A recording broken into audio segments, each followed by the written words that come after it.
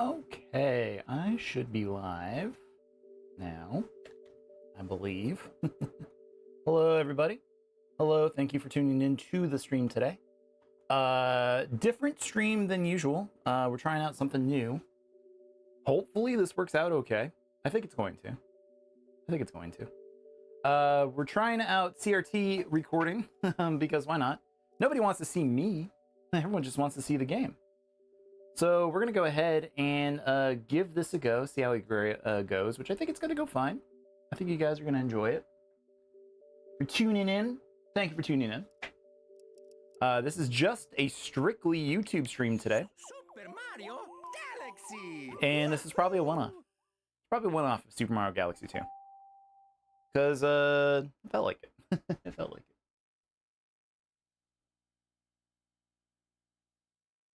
I've never done this before. I was doing this earlier on a different stream, on a different platform, just to see how it was going to go. And I enjoyed it. It went really well, actually. Oh, it's so loud. Why are the Wiimotes so loud? Why are the Wiimotes so loud, Jerry? Who's Jerry? I don't know. I don't know who Jerry is. We should find out who he is someday.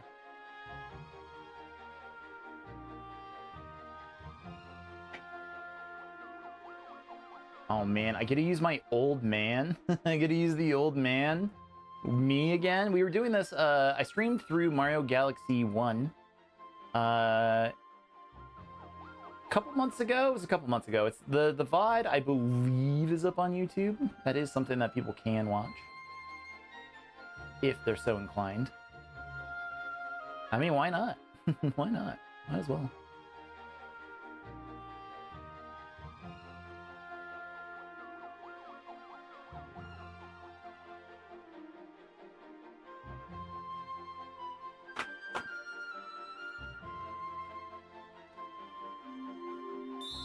See how this goes. I am streaming both vertically and horizontally on YouTube. They're two different streams.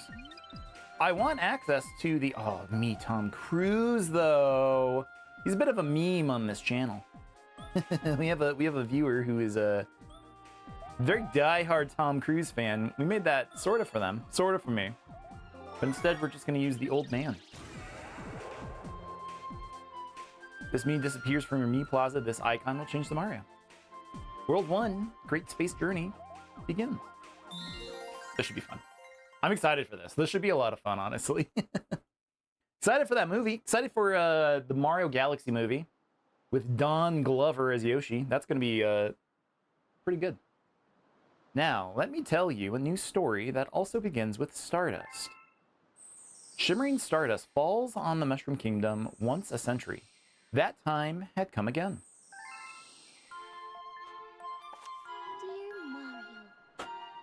Dear Mario, would you like to share some cake while we watch the shooting stars? Meet me at the castle. Okay, Princess Peach, I will. Because Mario has no free will. The conversation of who has free will is, it's not Mario. Because I control him. I'm the one in charge of Mario. I guess. I guess.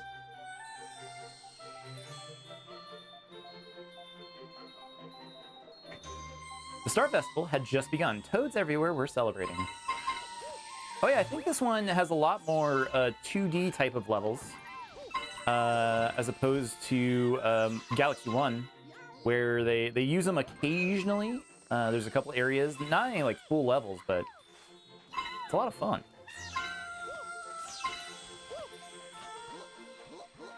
Starbits rain from the sky. They definitely go for more of a storybook influence on this one. The level structure of this one is interesting. It is really weird.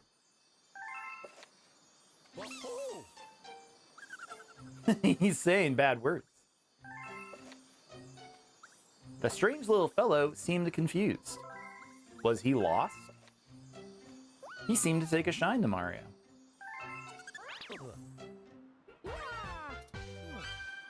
Mario's cap filled with warmth as he felt a new power surging through him. Yeah, it's interesting. This one, it kind of feels like maybe like a reset from Galaxy 1, right? I hope that Wiimote noise is like coming through. It's very loud.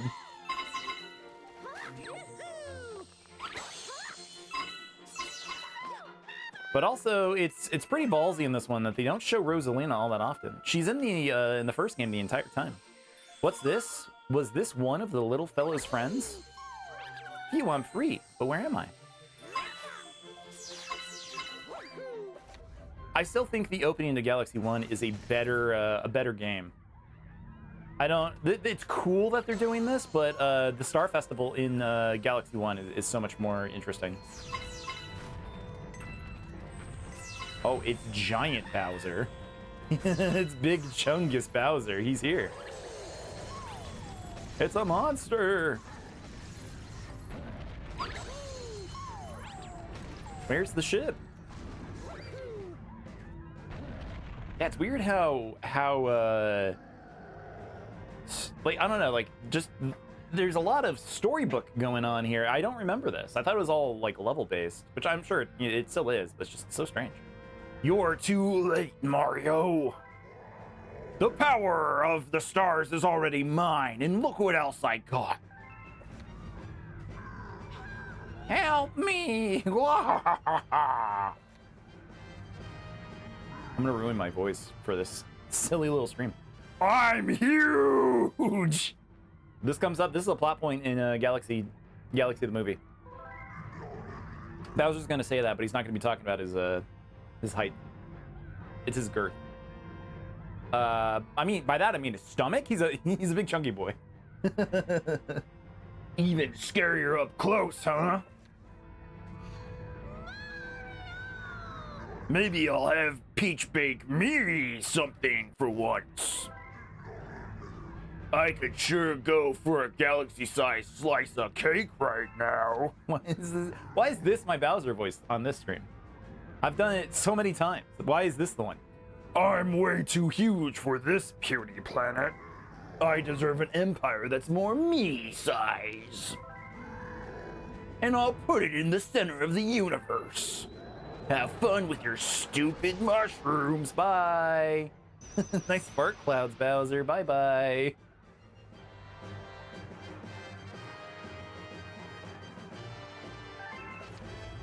Mario. Mario. What do we do? Nothing. I guess we do nothing. Everyone just go home. We've lost our monarch. Let's now establish democracy.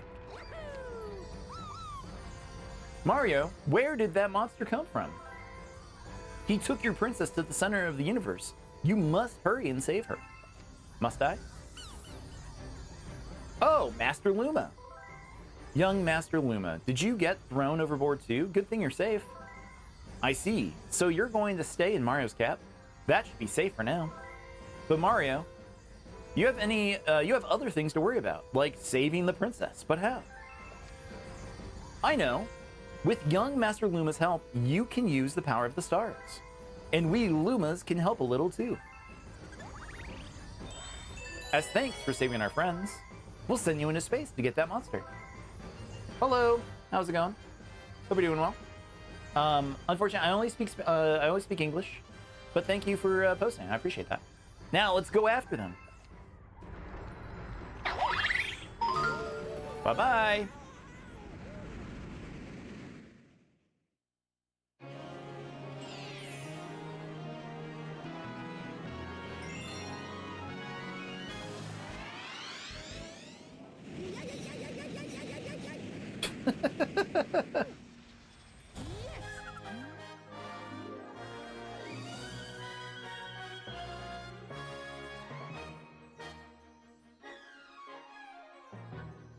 Now notice one second here. I need to fix one thing before we move on. One moment, please.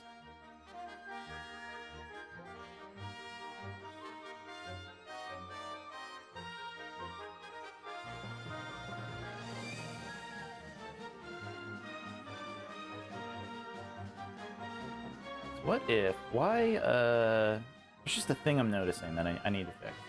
Hold on.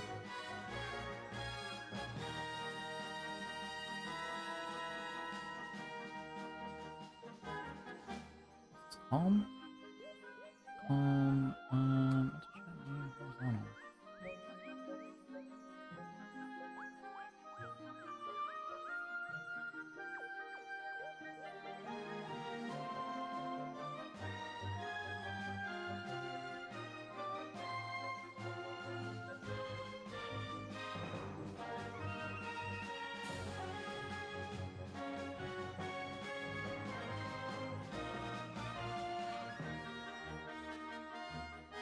My cat was in here. He no longer wants to be here. He is disgusted with my my Mario ability. He also thinks I'm wasting time on the stream. Okay, that should fix the issue I was having. I believe. I hope. If not, I'm sorry. Okay. Get back to it. Our power stars, they're gone. Some gigantic monster stole them. If you're going after that monster, you might see our power stars out there too. Please bring our power stars back. We Lumas will help you along the way. It's a completely different story than Galaxy 1. Like, there's no, like, it's weird calling this Galaxy 2, and there's nothing about it that's related to Galaxy 1 besides, you know, the same characters kind of exist. Hello, friend. Please go around back. Yabi. Okay, I've read the sign. Cool, that sign, because I got stuck trying to read it, this Goombra, got me. That sign got.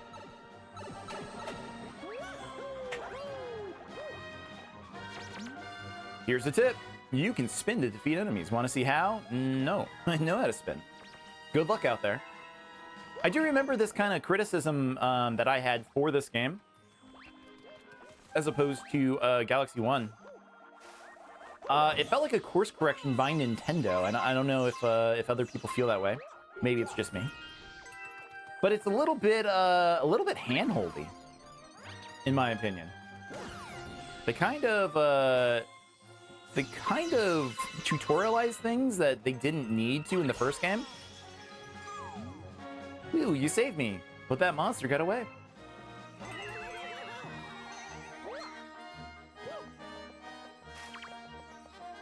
What up?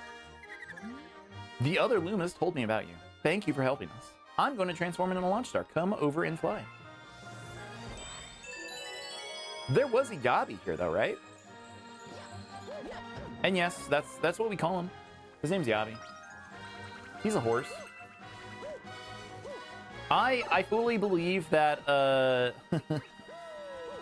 Yoshi was a better character before he talked. Before he spoke. Nothing against speaking Yoshi, you know, especially in the movie. I mean, I'm excited to hear him in the movie, but I don't think Yoshi should have been a Pokemon. He shouldn't have never just just said his name constantly. When he made horse noises, it was so much better.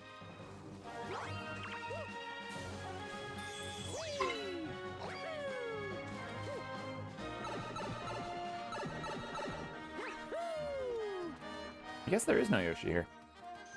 They pretend there's a Yoshi around here. There's nothing.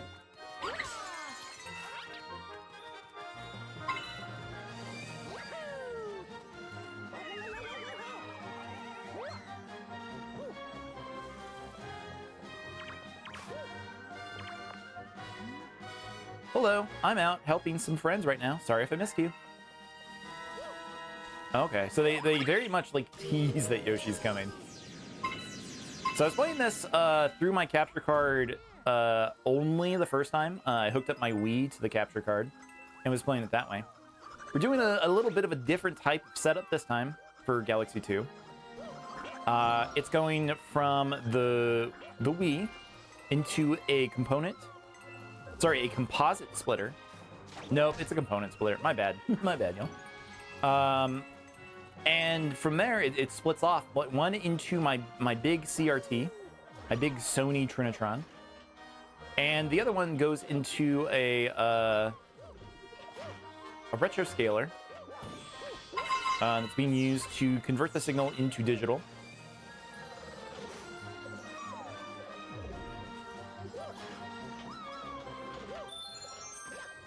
And I gotta say, I think it's actually way more responsive this way. I remember some segments felt, it mostly felt fine, like it wasn't an issue. But I feel like because we're directly into a television, it feels more how I remember. There was nothing wrong about, like maybe there was like a imperceivable lag or something that was really like catching me off guard. And now it just kind of works. Also, I was on camera last time. I think it's kind of fun not being on camera for once. I'm always on camera. I stream every Sunday, Mondays, and Tuesdays. And I'm always on camera. People like it. I don't know. People like... Like, I'm not saying that I would never do it again. I definitely am. I can't get over there.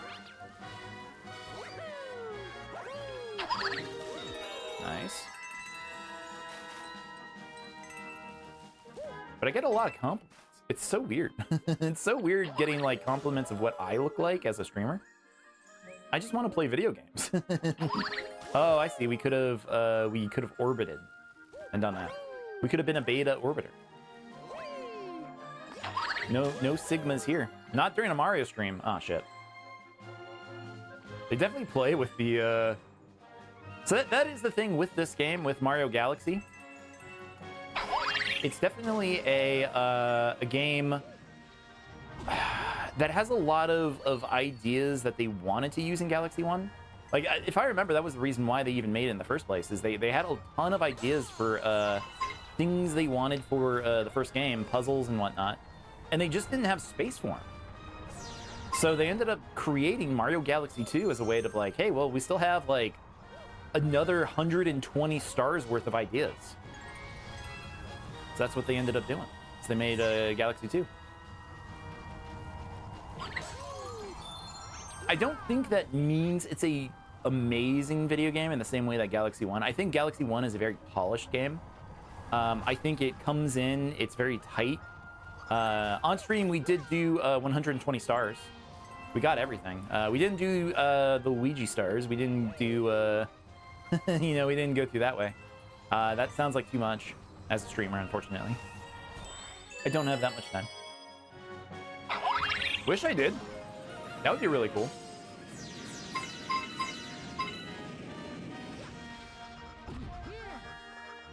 I wish I had 50 million hours to 100% games again.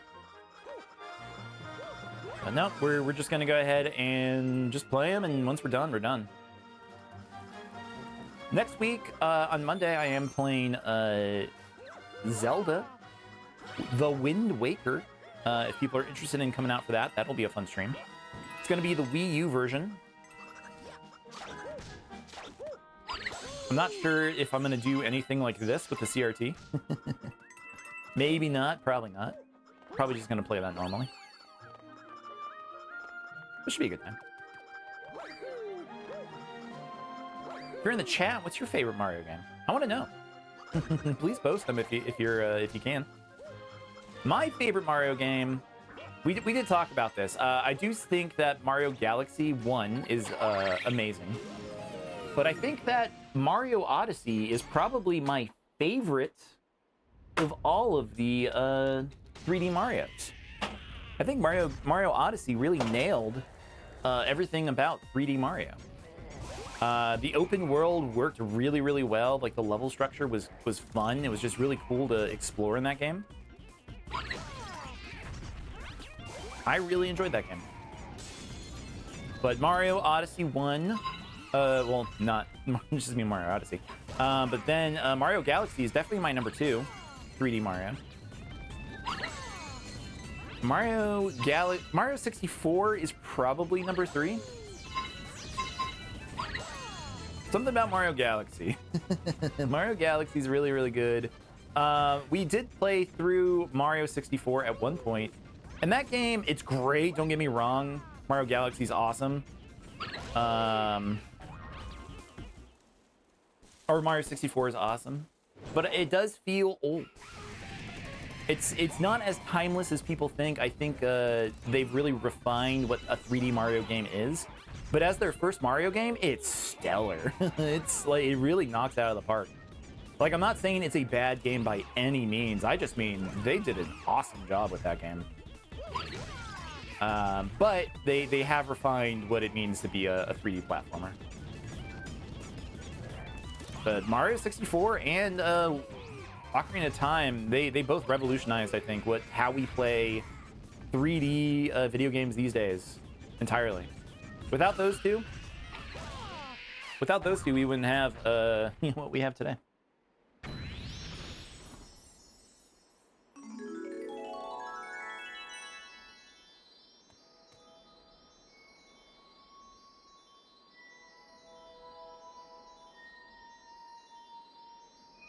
All right, Power Star. First Power Star.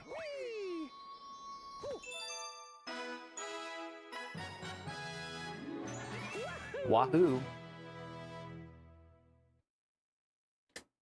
Stomping Goombas.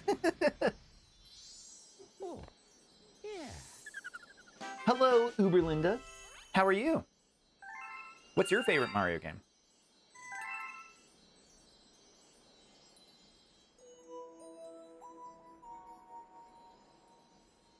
He's huge.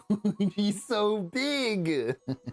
So you're this Mario guy my little Lumas won't stop blabbering about, am I right?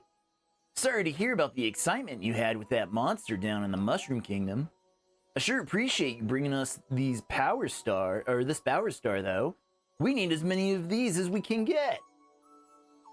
The name's Lubba, by the way. I'm the head honcho of the Luma crew. See, believe it or not, we're in a spaceship right now. Took some real elbow grease to convert this little planetoid into a ship, but we Lumas pulled it off. May not look like much, but it's home. Truth be told, the ship, she's not in hot shape right now. We ran into that monster, too. He blasted us with meteors, and some of my crew were thrown overboard. So that monster kidnapped your princess, huh? That's cold. Deep space cold, if you ask me. You know what else is cold? That monster stealing every last one of our Power Stars. See, that's our fuel. Our spaceship runs on energy from stars. Without that, we're stranded here. Hey, yo! Hey, yo! Is that young Master Luma? It is, isn't it? Wow. Wait, if you have the trust of young Master Luma, say, I just might have a little proposition for you. Hear me out now. Your special someone got kidnapped, and now you gotta save her. Am I right? That's right, or yes. That's right. And we need fuel for our ship. Now, if you think you could get some of our ship star back for us, God, what? I'd be willing to make that ship your very own for a bit. That's a fair exchange. Am I right, Mario? That's right. All right, it's a deal. All right, gang, let's get cracking, yeah? I want everything space ship shape. Jeez.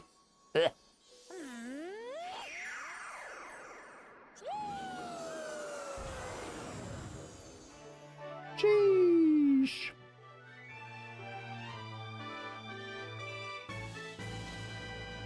Lubba's crew rebuilt the spaceship to look just like Mario. Well, what do you think? Nice spaceship, yeah? More like a face ship. Har har. Asshole.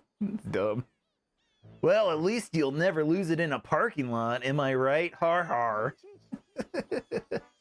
So what's next? Don't look at me. This ship has your face on it, not mine. The decision is yours. Feel free to explore Starship Mario or take the helm if you're ready to ship out. It's your call, Mario. Oh, Captain. Oh, Captain, my Captain. Game has been saved. All right, then, grab that wheel and let's head out, Captain. What are you about? Even heroes need a hand sometimes. If you have one more controller, a Luma friend can help you. Your Luma friend can stop enemies with A and then shake to spin them into the air.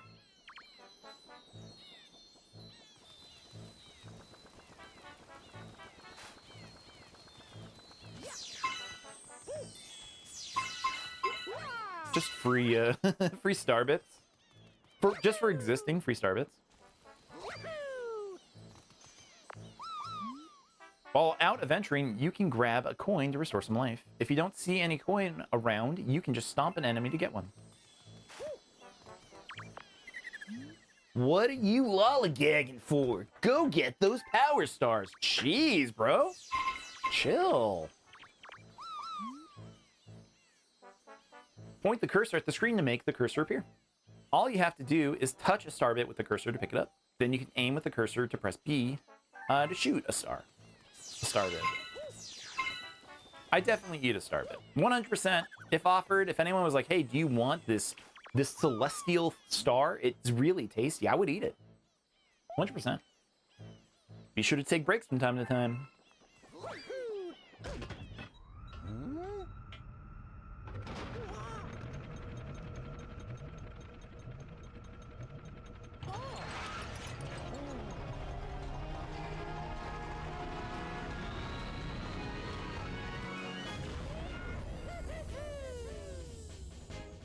Yahoo! That's how you know it's a Mario game. When Mario starts yahooing, it's a Mario game. So this is the world map. Just point your hand at a destination and press A to jump into that galaxy.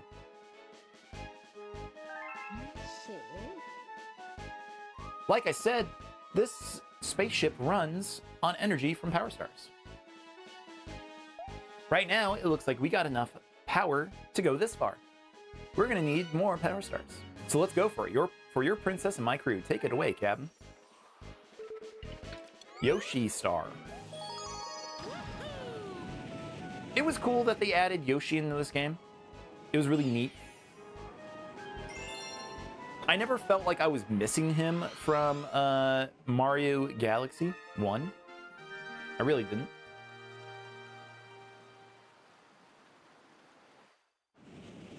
It's kind of a perfect video game, if you think about it. When you don't need to add a horse to the first game, I think it's a perfect game. Any game that requires horses in it, it's probably not perfect. Sad to say. The horses are a crutch because they're already God's perfect being. You have to add horses. You didn't make your game as good as a horse. That's all I'm saying.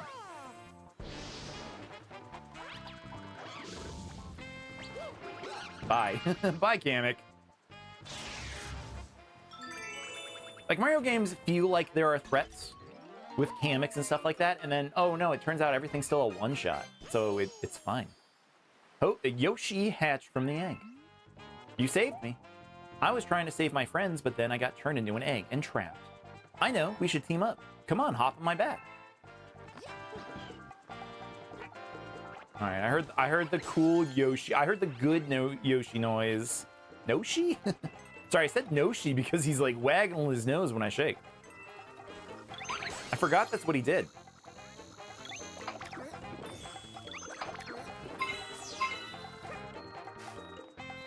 Can Yoshi read? I guess Yoshi writes signs, so the answer is yes. You can change your camera view with the D-pad. You'll hear a beep if you can't get a better view. See on the nunchuck to reset the view.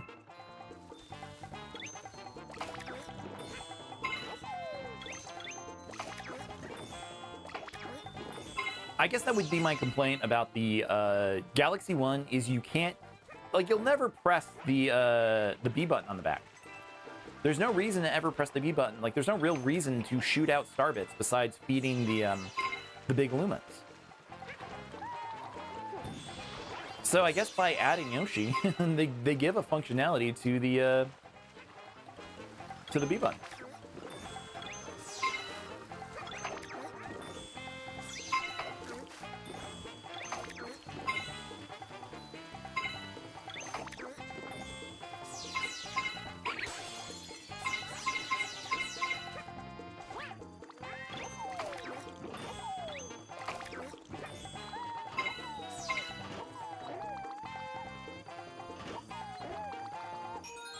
You got a comment medal.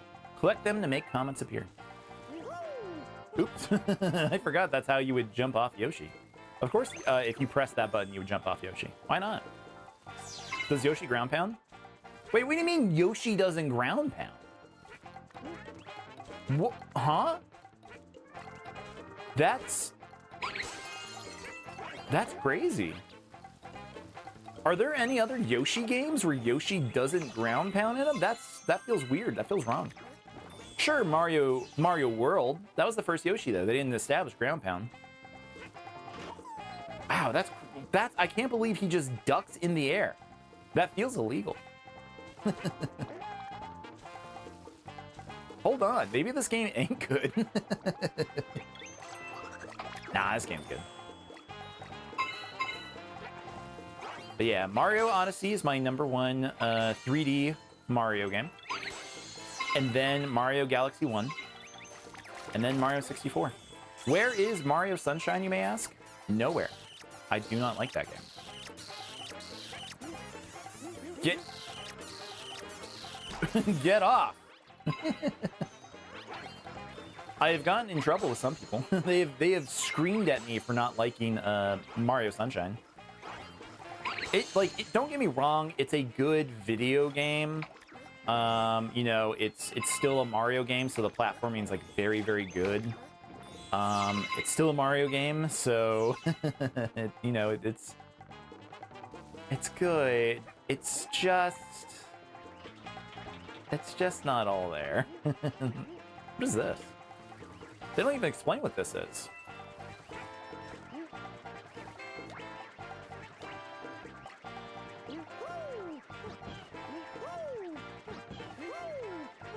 Let me off. Is this a...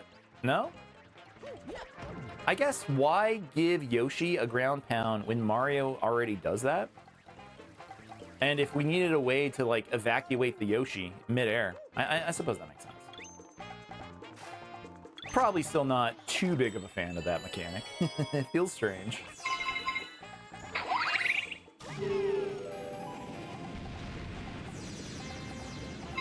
Collecting in this game is so... I don't know. I don't know. Like, the way I was playing Mario Galaxy 1, I think this is honestly... it feels better. It's felt more responsive.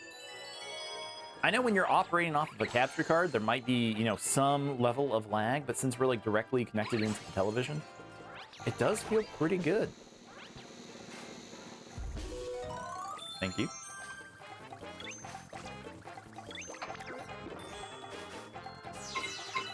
Also, Yabi is very overpowered in this.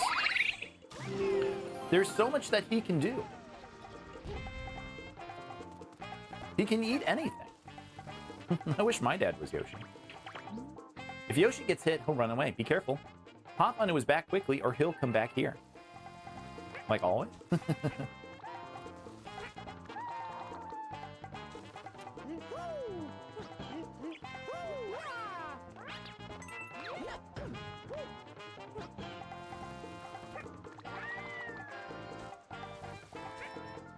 Read this. Press and hold A while riding Yoshi to do a flutter jump. It's perfect for when you need to go just a little higher than normal. They should have added flutter jumps to Mario World. But Mario World 2 Yoshi's Island really redefined a lot of what you know, what Yoshi was about. Like, Yoshi was an idea in Super Mario World, but Yoshi's Island, he's fully fledged. Like, all the mechanics were there. Eggs, flutter jumps, ground pounds, transformations. I still don't think they've made a Yoshi game as good as Yoshi's Island. A couple weeks ago was Mario Day, March 10th. They had actually shown off a new Yoshi game, and I don't think it's that good. I don't think it's going to be that good. It looks too baby. Like, it looks baby in a way that I don't think I ever want to play. Press and hold A while writing. Oh, we redid this. But that's my problem with Yoshi, is like, I think they do treat it as like a baby mode. Only baby gamers want to play with Yoshi. Why? Why is that the case? Why should that be the case? Like, why can't we have... I don't want edgy adult Yoshi. I'm not saying that. But I just mean, like, why are Yoshi games trivialized? Like, with Yoshi's Woolly World, it's probably, like, where it started.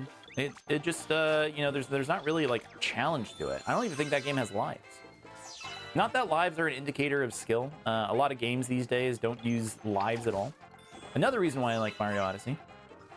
Going away from lives is a very cool system, because at this point, who cares? we're not trying to pretend to be arcade games anymore. We don't need lives.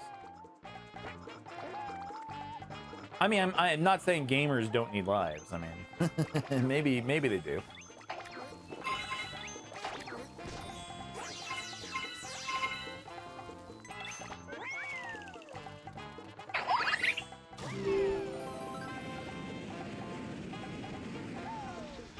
But I think Yoshi games, they like it's not fair that Yoshi games are just relegated to just being baby games.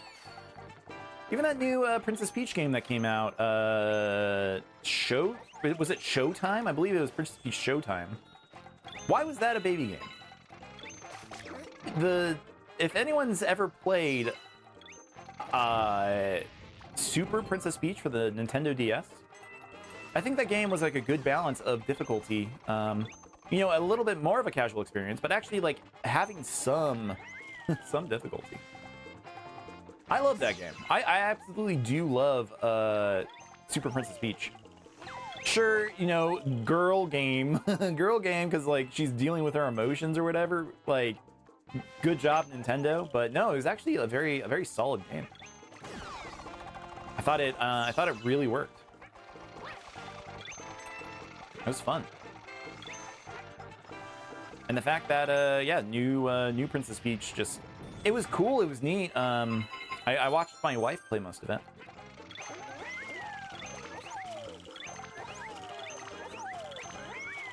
But by the end of that, she was like, yeah, this was... Because she's also a big fan of Super Princess Peach. She was not happy with that game. She wishes it was better, too.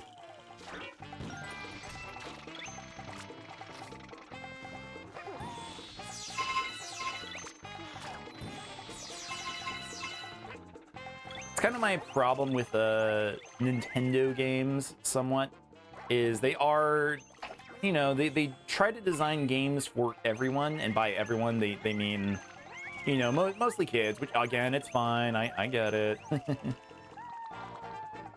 I remember when they were having those arguments about like core gamers. What's the point of going up here?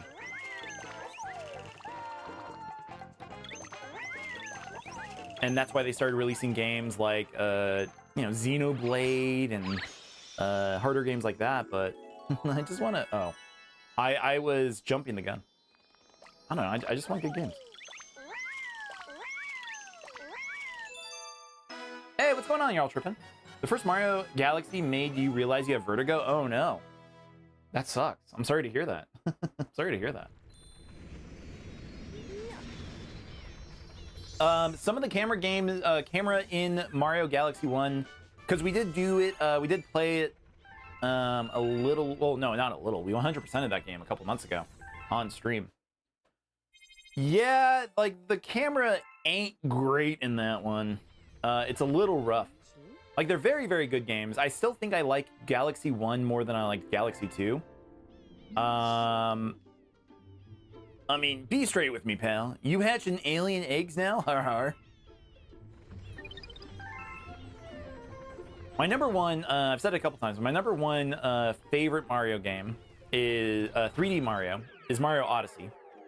I think that game really like nails it when it comes to just kind of what I want from a 3D Mario game. But Galaxy 1 is probably my number 2.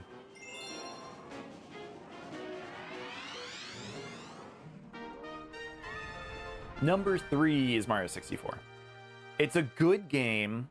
I think it's just 3D design is just a little bit more antiquated, unfortunately. Still an amazing game, an amazing experience. But they really did refine like what 3D Mario games meant by this time. You really like Mario Sunshine as a kid? You haven't really played a Mario game in years, unfortunately. So there is kind of a meme on my on the channel that I'm kind of the world's biggest Mario Sunshine hater. Oh shit.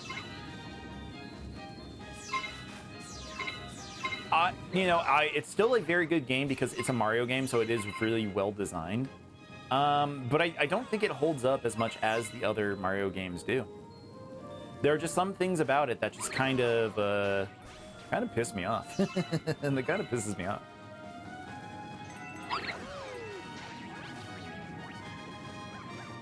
Not super passionate about it.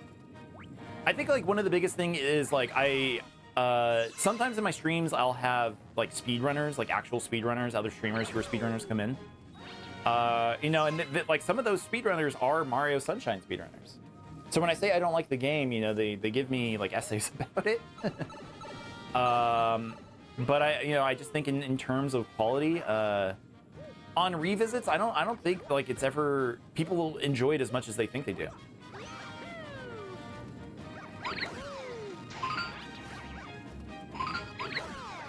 And just especially because the other 3D Mario games are just so good. I know it's easy to say like the parts without FLUDD, the water backpack, are probably the best parts of the game. I do think the mechanic is interesting. I just don't like the level design as much. You have to play too much of that game. Like you have to go into so many of those levels. It's honestly a bit much for me. It's like 6 stars from every single level in the game. What do I think of Luigi's Mansion? I love Luigi's Mansion. Like, no joke. That's one of my favorite games, Luigi's Mansion for the GameCube. It's definitely top 10 of GameCube games, I think. I've never actually like said what my top 10 is. I am curious if that is one of them. I said it like without thinking, but I think that newer one, Mario or Luigi's Mansion 3 on the Switch with Gooigi, that game's great. Luigi's Mansion 3 is awesome, especially if you have somebody to co-op that game with. It was me and my wife. We were both playing it together. So she would be Luigi and I would be the freak Gooigi. It was just so much fun.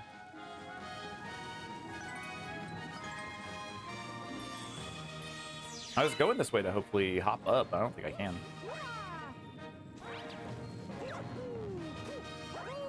Ah, never mind. We clear these. That's crazy. There's nothing up here. Shit. That's a real marriage right there. Yeah, it's nice. Like there are games like 3D Mario World. That one had multiplayer, which was really, really fun. We both really enjoyed that one. She didn't like Luigi or no, Mario. What is it? Mario Wonder. She didn't like Mario Wonder as much, and that made me sad. Because I absolutely adore Mario Wonder. The multiplayer in it's really fun. But yeah, she didn't like it as much, but that's also because I'm a huge Super Mario World fan. Like I really, really love Super Mario World. That was like the first Mario game I cared about the most. So Mario Wonder just felt like a new Super Mario World game. It was great. Oh shit. Oh heck.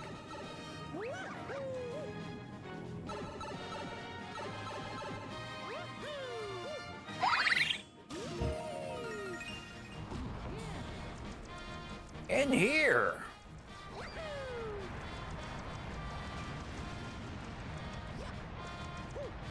Played Resident Evil 5 with your girlfriend, had a blast.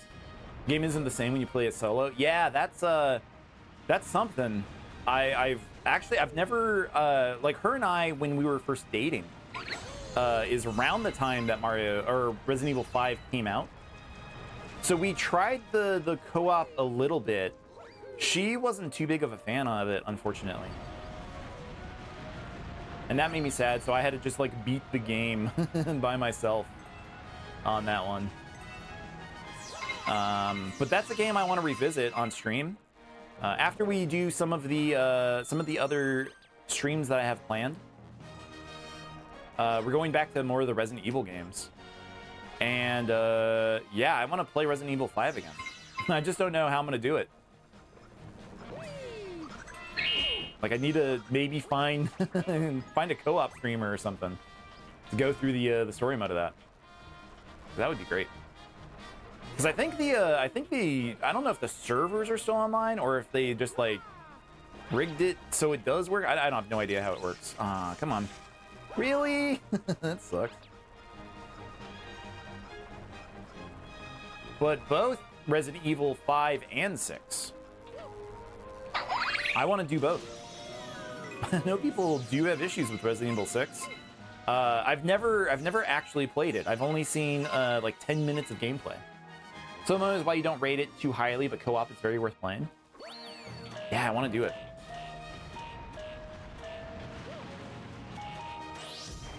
Like, I'd also wanted to check out... I like the Dead Space games. I think the Dead Space games are probably something I'm going to stream at some point, too. Wow, Shadow Mario already. That's kind of crazy. But yeah, Dead Space 1 and 2 are some of my favorite survival horror games of all time. I've never checked out Dead Space 3. I know that one has co-op. Like, I have no idea how that even works. I know some people hated it because it was co-op, but again, I think it might be a fun experience. But yeah, they do rock. I do love those ones.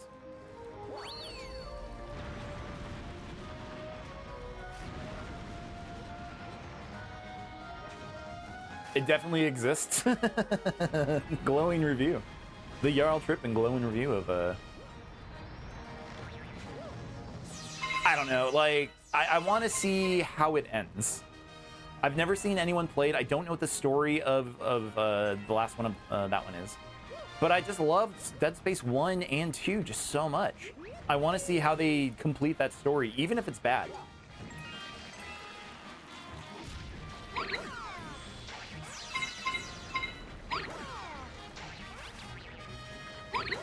Come on. You know, because I don't think we're ever going to get a Dead Space 4. Probably not. I think they killed most of that team. I think most of that team left EA anyway. Anyway, they went to form that company that made the... Oh my god. We're really Mario Galaxy now. But yeah, that team disbanded to form the studio that made Callisto Protocol, if I recall correctly. The original Dead Space 1 has one of the most horrifying, oppressive atmospheres ever. Yeah, I absolutely agree, it does. Like, the twist with Isaac's girlfriend is really, really good. Him as a silent protagonist, I know, like, you know, he talks in 2 and it's fine. But like him as a silent protagonist really worked for me for the first one. I don't mind that he talks, it's okay. It just adds to his character, which is all right.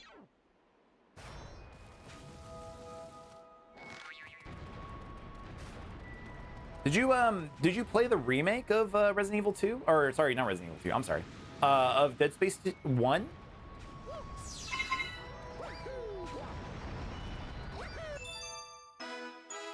I don't know how the remake holds up, if it's as good as or not.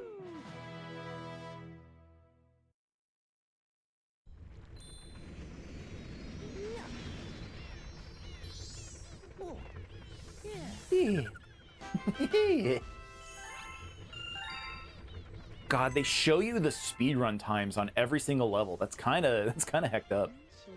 Wish I can give you more help than just cheering from the sidelines. You know, a friend with another Wiimote can join you.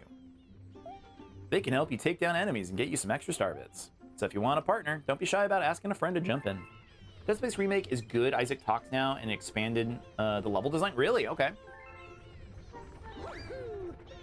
Oh, that's so weird to like. I didn't realize that he talked in the remake. That he spoke in the remake. Whoa, whoa. That kind of like I don't know. It feels like it recontextualizes the game in a way. It does some things that you don't like, but it's very worth playing. Okay. I remember that you were giving it out on PlayStation Plus. Gave it out on PlayStation Plus. So I think I have it on my PS5. But I think my PS5, my PS Plus subscription lapsed. So I don't think I own it anymore. I keep talking about games that I want to stream for Halloween. You know, as somebody who's like getting into like being someone who streams a lot of survival horror, I guess. I'm like, oh man, I should save this for Halloween, and it's just like I'm gonna run out of time if I keep trying to stack everything up for Halloween. It's only 30 days. Talking is pretty cool because he's not just being bossed around the whole game. He's taking initiative by himself. Yeah, that's true. That was a very weird feeling the entire time. It was just Isaac do this, Isaac do that.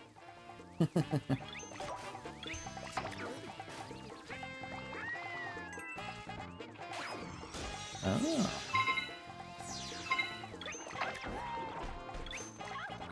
Just Yoshi just eats. He is the hunger. He is the thing that will consume. What is this? They still haven't explained what these are. Maybe they're checkpoints? No, there's flags in this. It was weird because he was the engineer and they were telling him what to do, right? Like, they were telling him how to, like, relay the power, and, like, that was his whole job. He should have just known how to do it.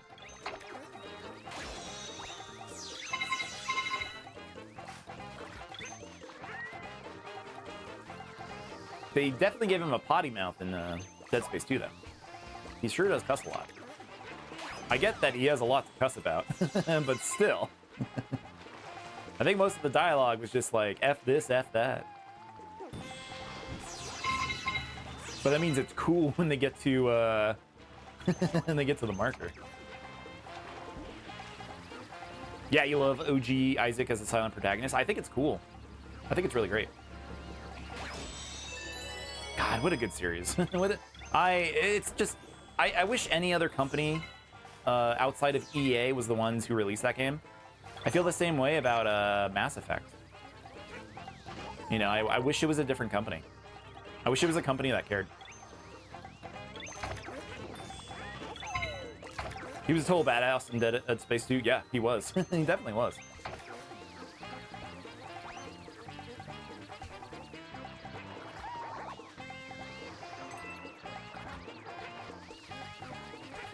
Yoshi. Yoshi, don't go that way. I'm the one controlling Yoshi. I almost killed him. Ah, there was a spiny over here anyway. Oh, shit. Wait. Wait, come back. It's weird that you take damage as, when you're on Yoshi. I'm just so used to the other Mario games where if you're on a Yoshi, he counts as like a hit. You don't like lose any of your, you know, your power-ups or anything.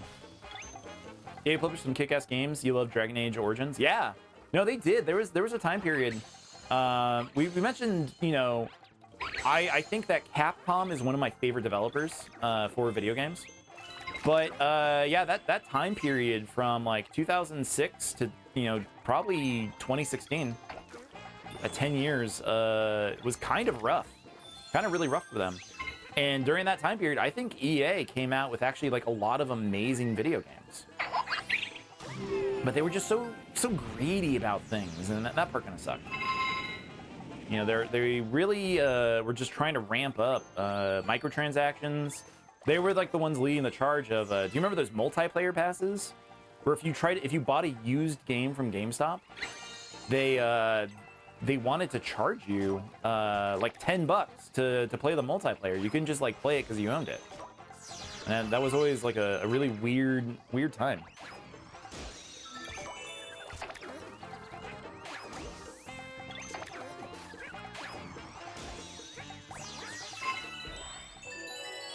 Konami was also losing their minds at the time. Yeah, they really were. Oh, oops, missed that. I love Konami. I loved Konami, I should say. But around that time period where Metal Gear Solid 5 came out, it really they really went nuts. I know a lot of their business comes from other sources of revenue, like gambling, sports clubs. You know, they do a lot of other stuff. But yeah, around that time period, they went crazy. It's cool to see them coming back, I suppose, but I don't know if that's like a fair description of like what's actually happening, because they're just like hiring other companies to make, you know, their remakes for them, or their you know, to make the new games, like that new Castlevania game, which I think is going to be good. I'm really excited for the new Castlevania game that's coming out. Was it Belmont's Curse, I believe, is the name of it? I'll probably stream that one. But it's like, you know, I want to see some work from them. You know, the Silent Hill 2 remake was Team Bloober, it wasn't even them. So yeah, I want to see them actually work on something again.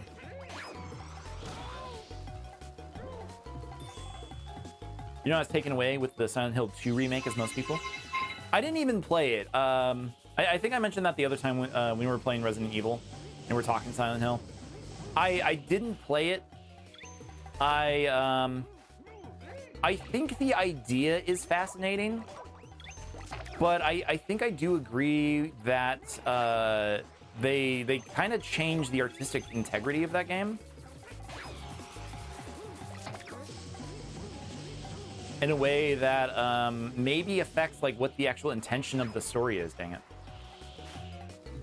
Like, I've seen stuff and I think it's cool, but if I ever played it on a stream, I think it would have to be like the fan patch PC version, because I think that that's probably like the truest way to play it and still looks really good. It's so funny that Silent Hill 1 was one of my first streams back in October. And I wanted to play 2. It's just I needed to break. You know, Silent Hill 1 is such a heavy game. It's also very bloated. It's 6 hours longer than the original. It feels like one of the reasons why I also streamed Resident Evil 4 original, you know, the Wii version. One, I've never actually played it, and I really wanted to. A game I've owned for years and just never had a chance to actually check out. But I think they do the same thing with Silent Hill 2. Capcom's great, but I think that remake is bloated. They add a lot more busy work to that version of the game.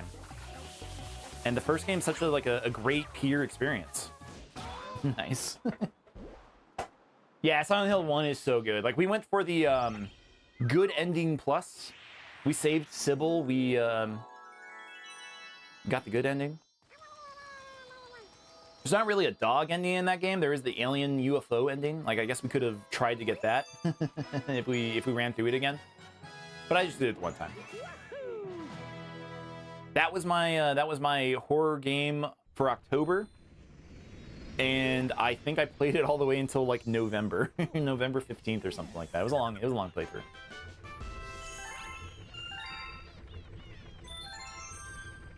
But God, it's so good.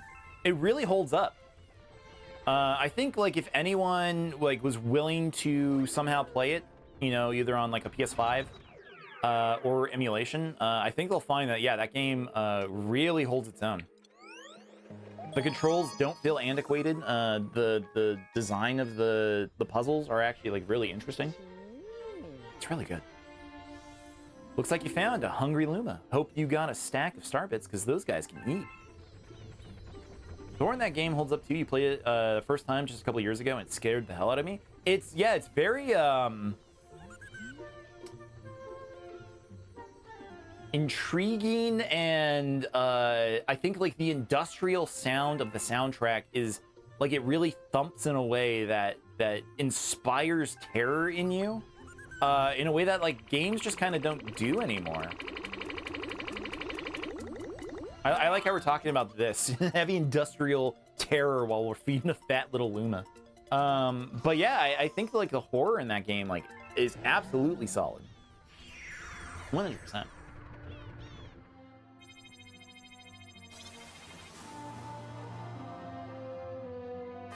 A new galaxy was born.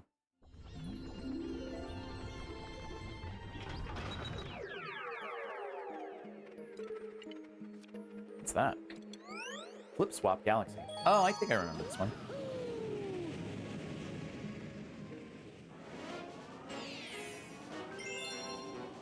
I don't know. I think games need to be more like I think there's too much atmospheric horror. Think before you shake. Harry Mason's an absolute Chad. He is. He absolutely is. Like the entire time, like all of this terror is happening, and he just wants to talk about like his missing daughter. He doesn't give a shit.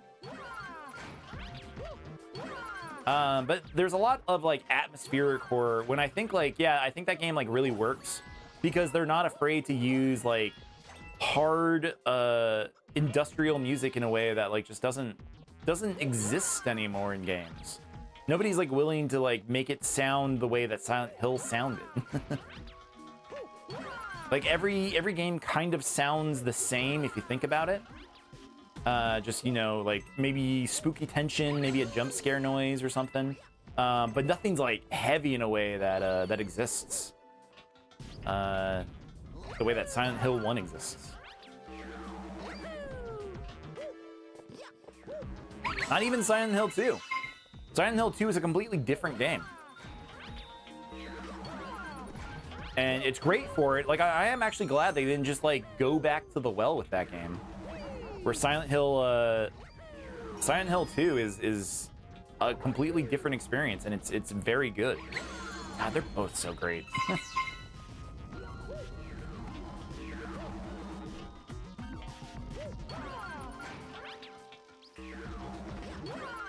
I've never played Silent Hill 3. I know... Oh, don't die. I know the story beats of it. I know what it's about.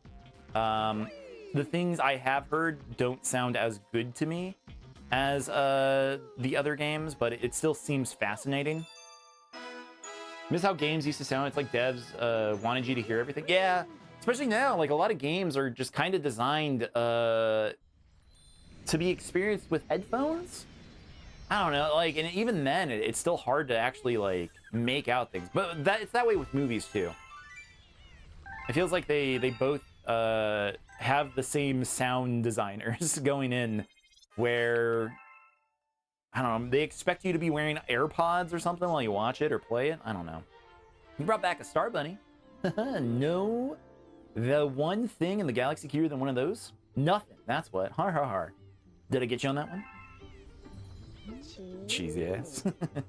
Well, it looks like that, to me, like that cute critter wants to tell you something.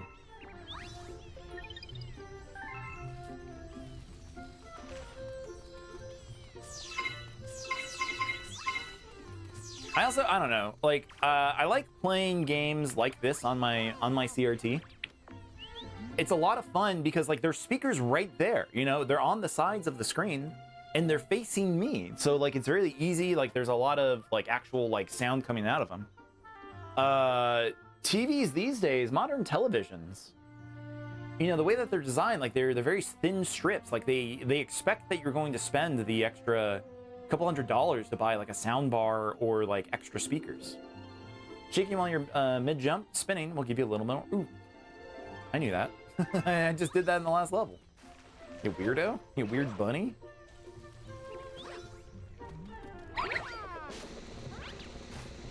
I don't know. Sometimes I get told I really do old man yells at cloud on the streams. I hate that it feels that way. If it does, I apologize. But I got things to yell about. I got things to complain about.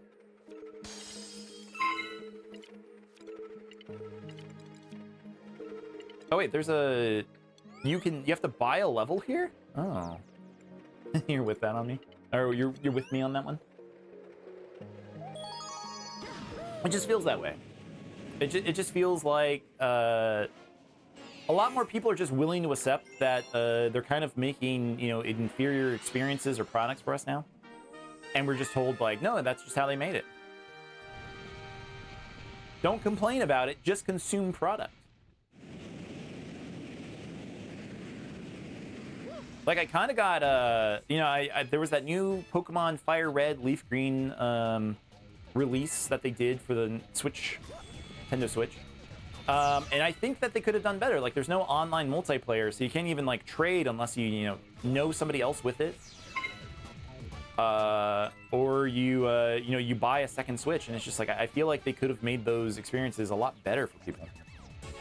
And it just kind of sucks that, you know, if you tell people like I believe you deserve better for this, they'll yell at you like you're somehow in the wrong for this one. I guess that's okay. Whatever.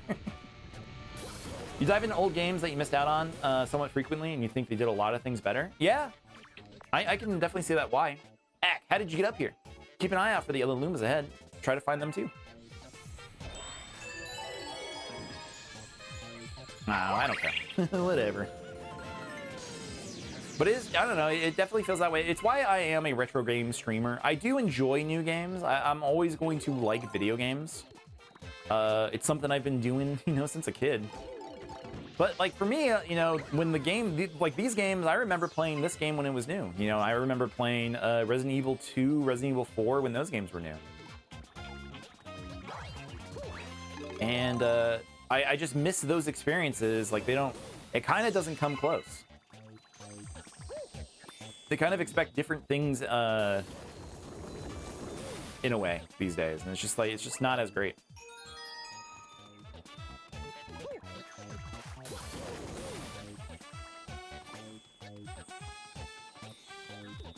I'm glad I'm just doing this on YouTube. I'm just doing a YouTube stream today.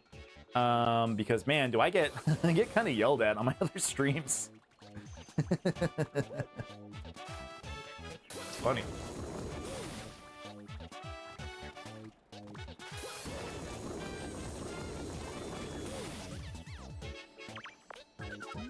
Whoa, where'd you come from? More Lumas are waiting for you up ahead.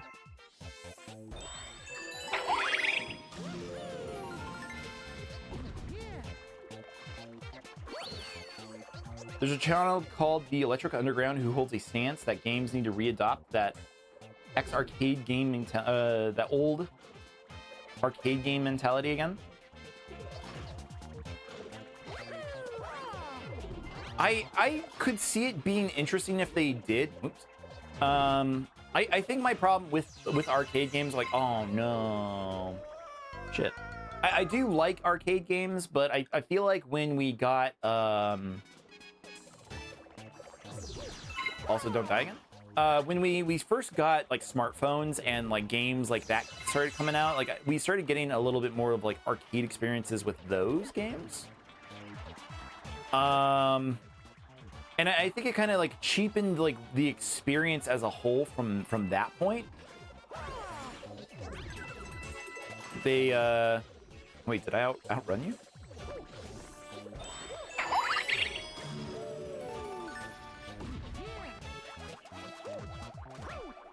Like, I think if games did go back to, you know, like, oh, we just need to get, like, score, we just need to, like, you know, you have, like, an X amount of lives, like, it would be a fun experience. I just wouldn't want it for everything.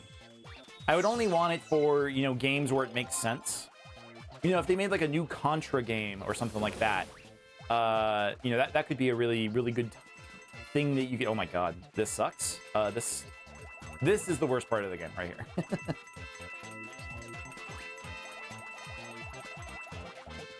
Like, I don't know, but like I think games are designed around like gamers don't want lives anymore. They don't want score. Nobody's scoring anymore. Nobody's scoring anymore. Yeah, it's you, Mario, right? Like our new ship. It's called a Star Shroom. We're shoving off soon. It's playing a lot better. He made the observation that a lot of those old PS1, PS2 classics were made by people who made arcade games. That's why they have so much electricity to them. I understand that experience. Yeah, I know what that means. I forgot to introduce myself. I found this nifty headlamp, so I am now the Toad Brigade captain. There's a pretty scary monster just past here. Be careful. I know exactly what you mean by this. They were like, yeah, a lot of the great game developers, even people like Kirby, Masahiro Sakurai, the creator for that. A lot of the people from Konami, a lot of the people from Capcom, Sega, like all of those guys were making arcade machines. So when they like brought over their energy, yeah, into designing experiences for audience that didn't need to just play by the rules of like Hoarders or 100 yen or whatever,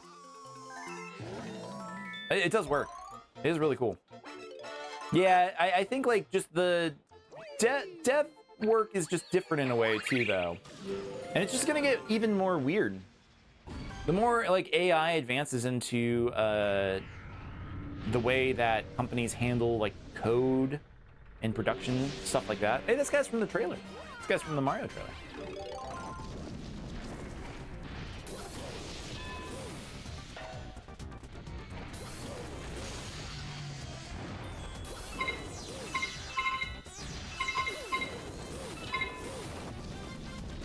Oops. Oops.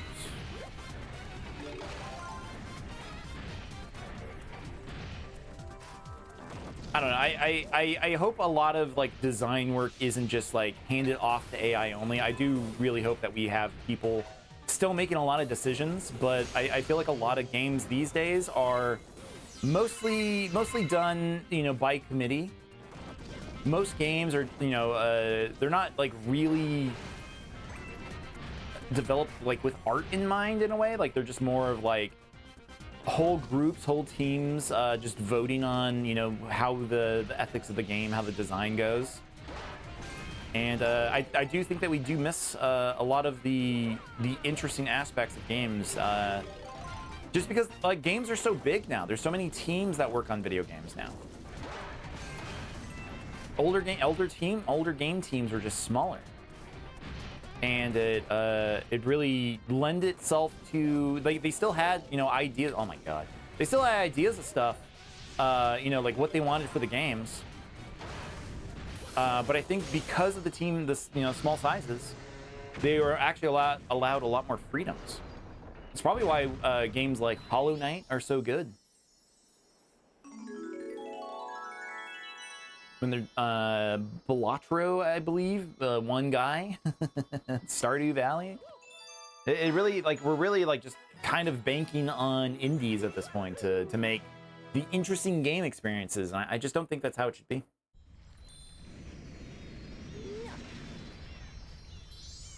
Oh, yeah. Diggle Legs Planet.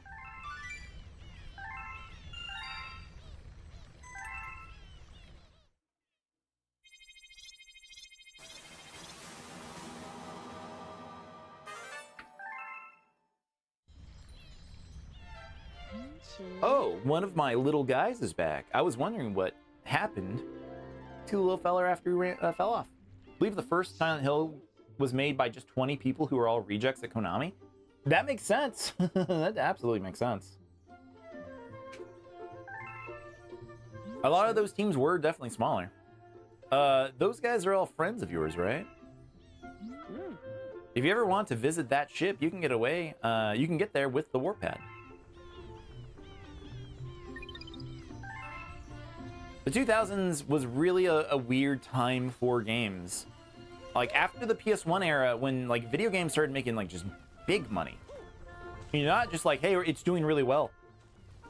It's when they started just pouring a lot more resources into games, spending a lot of into dev work. When budgets bloated to millions and millions of dollars, it really shifted things and maybe not a better way for how games were designed previously. It kind of changed in ways that it worked, but then it doesn't. I'm not saying all big teams are bad for games. That's definitely not the case. I know it's really hard to make video games. I know it does require a lot of work to go into them. I mean, I like Final Fantasy games. I like big budget Final Fantasy games, but I mean, I didn't play 16. I don't think I ever would.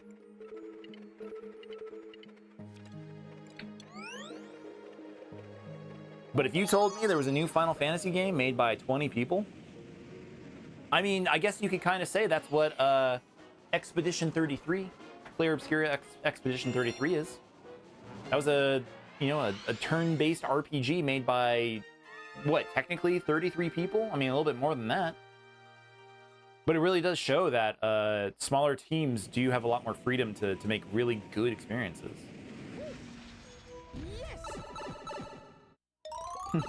Final Fantasy 16's we have Devil May Cry. We have Devil May Cry at home. That's funny. It seemed like it too, yeah. It's like all Square, for some reason, all they know how to make now is platformers. Or not platformers, action games like Kingdom Hearts. It's like they just took the Kingdom Hearts team after they were done with Kingdom Hearts 3 and made them work with the Final Fantasy 14 guy to make a video game.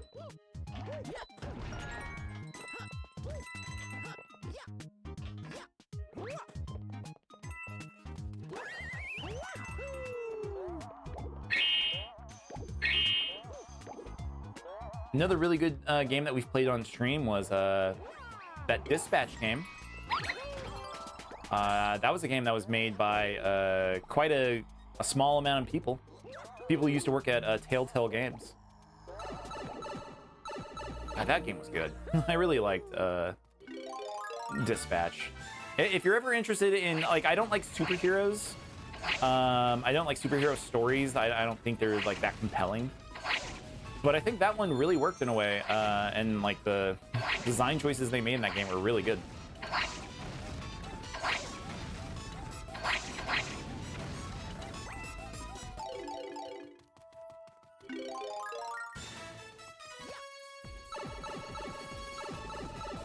Oh, you guys.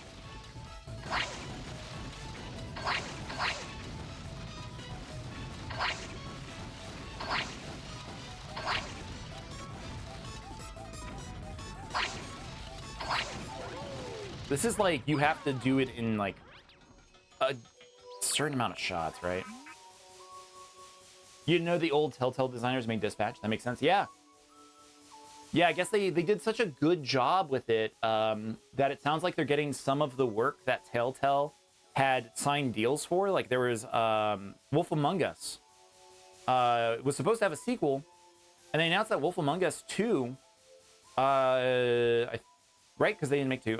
Is gonna be handed off to that studio, Ad Hoc Studios. So it's exciting for the world of story-based games when those people still get to make cool games, cool stories. This is the end of the road for all the trash in the universe. So many boxes. It's getting way out of control, if you ask me. Do me a favor and burn all of these as fast as you can. What do you say? Sure, I already did it. All right, I'll leave you to it.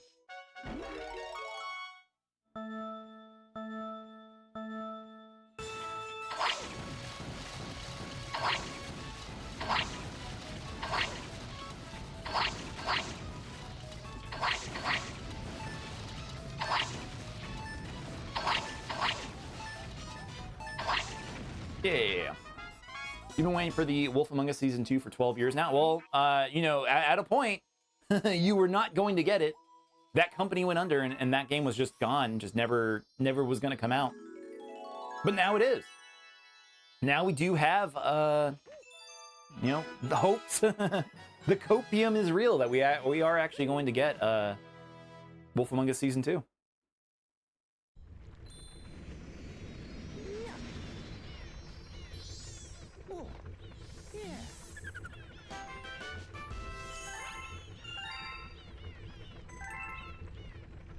All I really played from that company was I watched my wife play Wolf Among Us. I played Walking Dead Season 1 and 2. I didn't play any of like the Game of Thrones stories they made or Tales of the Borderlands. I've heard Tales of the Borderlands is actually really, really good. But I was just so tired of like the memes in Borderlands that I didn't even want to give a shot. And it sounds like I was the one who was in the wrong. I guess I should have just done it.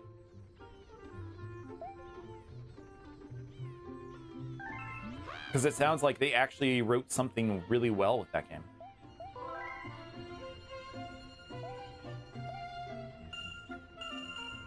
So let's unlock that level that we missed.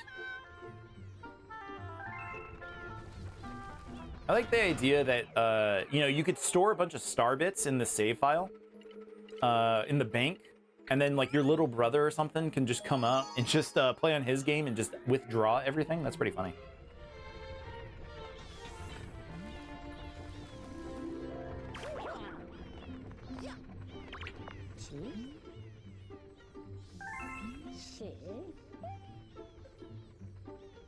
Some sort of happy bank or something.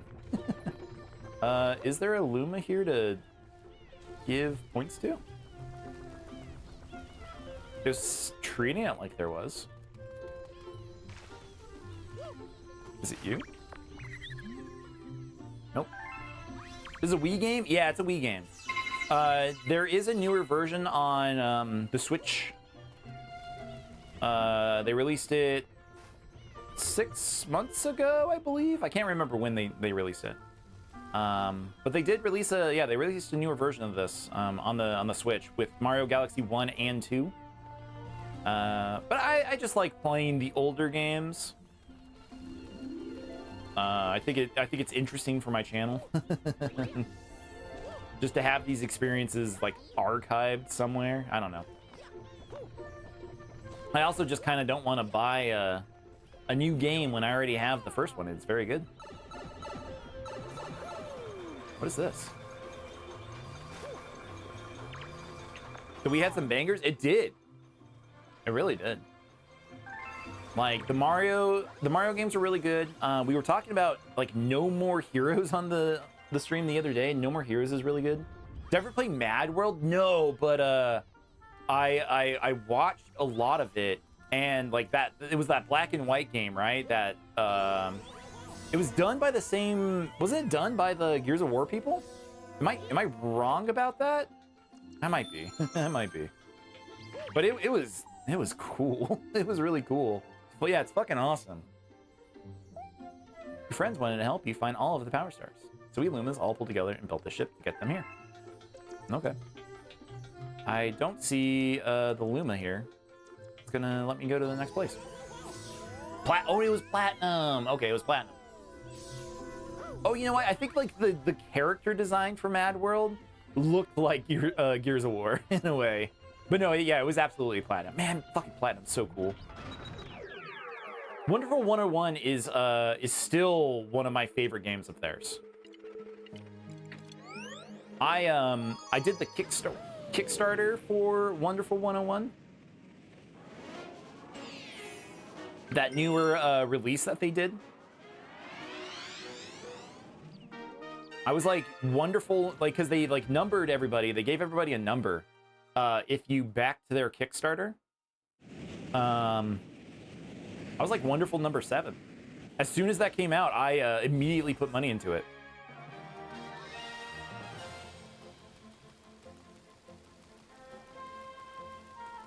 I love that game so much. I wish more people actually gave Wonderful 101 more of a chance. Like, Bayonetta is great. I'm excited that Okami is coming back. Hideki Kamiya made that? Yeah, he did. Yeah, he's a visionary. It's very funny how often he'll just ban you on Twitter. If you talk to that guy and speak to him in English, he'll just ban you. Good games, but man, dude's kind of a hater, and it's funny. I'm here for it. Cloud Boys. Or, what? Tree Boys. Interesting.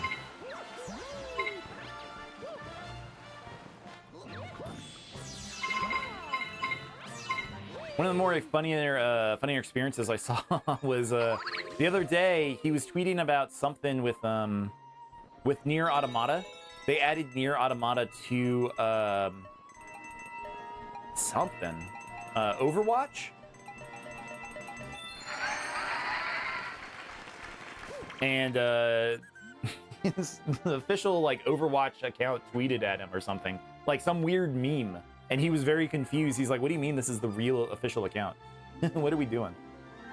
Dude made Resident Evil 2, Bayonetta, and the Devil May Cry games. He does. No, absolutely. He can ban me. One of the things that they were doing as a incentive for donating to their Kickstarter. No, whoa! I had no control over that jump. It just launched me off the stage. But yeah, one of the incentives they have is if they met the stretch goal, he was going to unban every single person that he ever banned on Twitter. Dude did it. Everyone got unbanned. And then he immediately started banning people again. It was so good.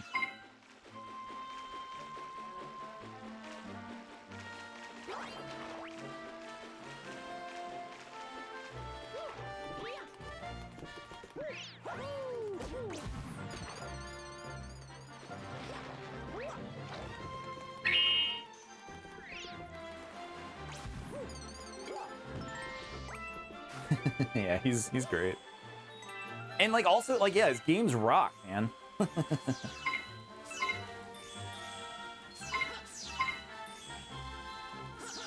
Like I think I would be sad if I ever you know, heard about him leaving or retiring or anything.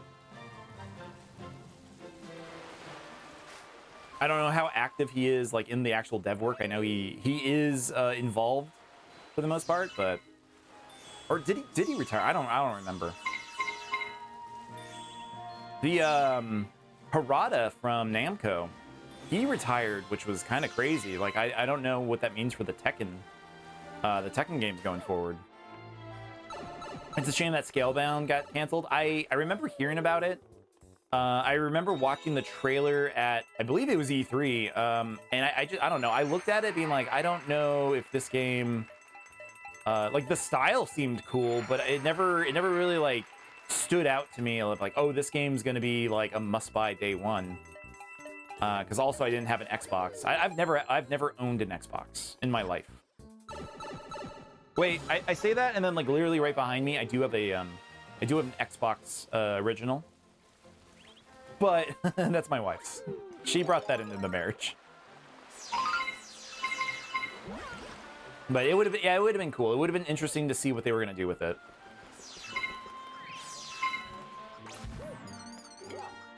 I'm just willing to let Platinum just go crazy. Just make whatever you want. I would give them a blank check, and that's why I'm glad that they went with Platinum for Nier Automata.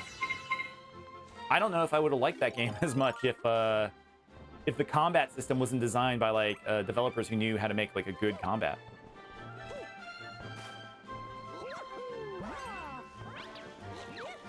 The story is good. I just don't know if I could have held my interest in that game as much if the combat just kind of stunk. It's still not like stellar. Like there still are things about it. But that's just because like the gameplay loop of like having to re-experience the same story like 3 or 4 times.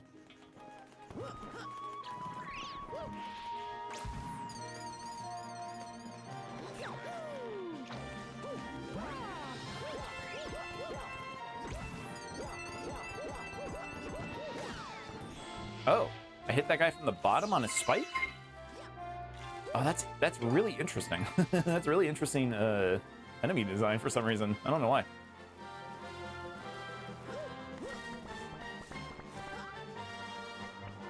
Was it 80 coins? I think it was 80 coins for this other this Luma.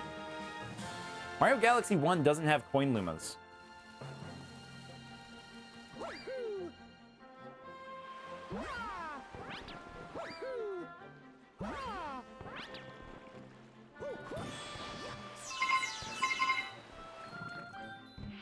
Left a lot to be desired from you because they were the team that did ban that. Yeah, I think it's mostly just because of the structure of the game. They still made like a really good product for what they were doing with it, but no, I agree.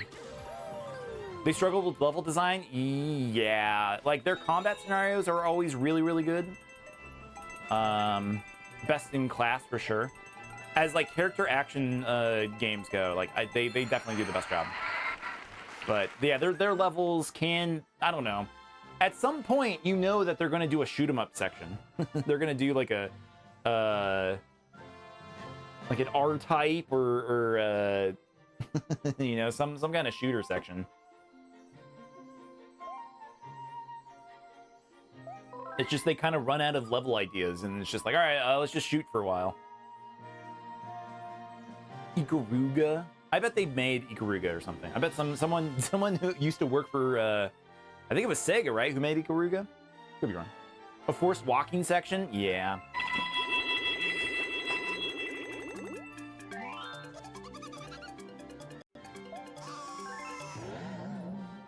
Somebody has to turn around and go, whoa, that just happened.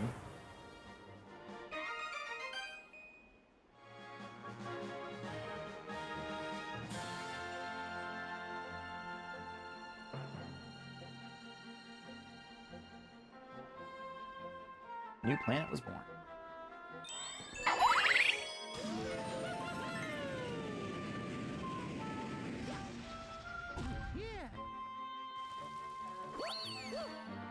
Forced walking sections are one of the worst modern design trends. Yeah, they're not great. I know. Yeah, I get why. Like they're trying to make their stories seem like interesting and deeper than maybe they actually are in a way.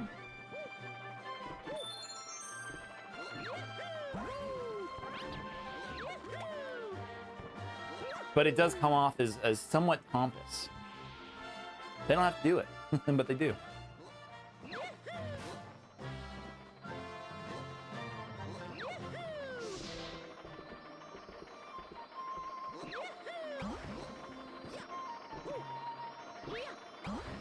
It feels like Hyrule Temple or Hyrule Castle from Smash Brothers 64. There used to be disguised loading screens, but now it's completely unnecessary. Yeah, like that, or like when a character has to crawl through a small space. You know, they have to take the 10, 15 seconds to crawl through an area to hide the loading or whatever in the next area. But yeah, we really don't. Like with the PS5, those NVMEs, those new hard drives, yeah, they're so fast. Like it's always crazy when I turn on my PC. And I do remember having like Windows 95, Windows 98, literally 3 or 4 minutes for the computer to load. And now it's literally on. It's on by, you know, I press the button. I can't even leave the room because it's already on the login screen. Everything loads so fast. I did buy a new I bought a new hard drive because I do record my streams. If I'm gonna make like shorts or if I'm gonna make content out of the things that I'm recording. So I wanted to get a new new hard drive, just a fat hard drive, not a fast one, just something that would like keep stuff. And it's so hard to get those these days. It took me a month before it showed up from Amazon. I waited way too long for it.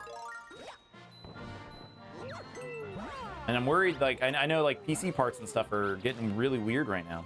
I hope it's not going to be too tough going forward to get new solid-state drives or whatever.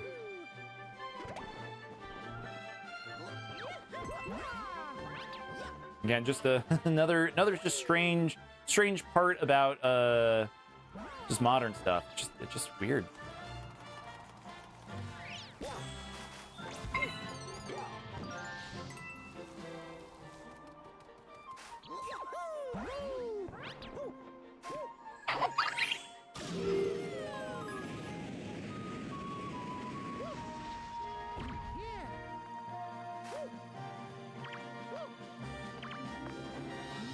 Watch out for cosmic clones ahead. If they come after you, run.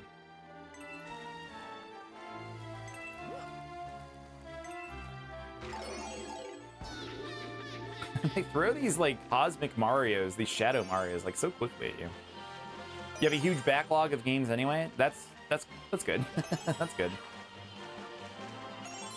I try not like I know you know, for streaming, I know like new games do get solid, you know, a lot more viewers in certain aspects.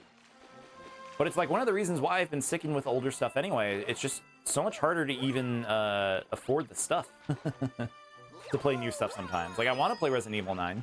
I think my PC can handle it. I just don't know if they can handle it while streaming. Like that's the part I'm kind of worried about. I had to buy all new parts this year because we were encountering a lot of issues on stream. Like, I couldn't play like a newer video game. I could barely run certain emulators without the stream lagging out too bad. So I had to buy new parts. And buying PC parts in 2026 sucks. I hated it. I absolutely hated it. Even like because I use a capture card for all my stuff. Even trying to do that, it was just starting to lag out. I know I have a few effects on screen, but nothing that crazy. Still want a new graphics card. Like, that's the one thing I didn't upgrade is I have a 2070 Super. It's a graphics card that runs pretty good still. But it does prevent me from doing certain things on stream, which is not great. Press B, shoot starbit, shoot starbit at enemy, make dizzy, kick enemy, enemy fly bye-bye.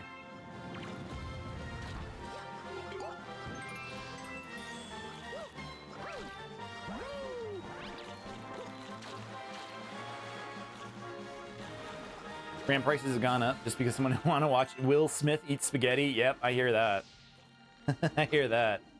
God, man, I will admit, I did find those, like, early AI was funny.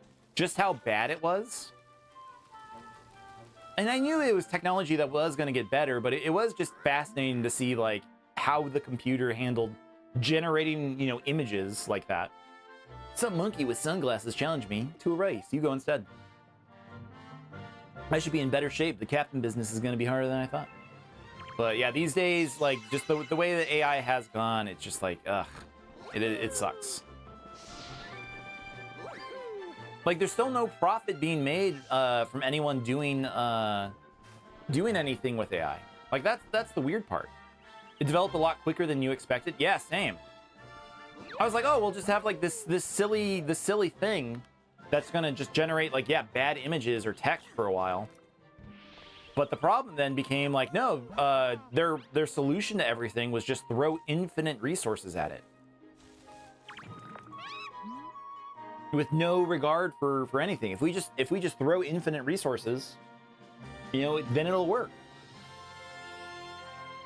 And now every Will Smith eating spaghetti costs two gallons of water or some shit. It's crazy. Whoa, it's you. Good work getting up here. They call me the chimp. Seems like you may be a worthy high climbing rival. Take this star. We'll talk later. Oh, that wasn't a race at all.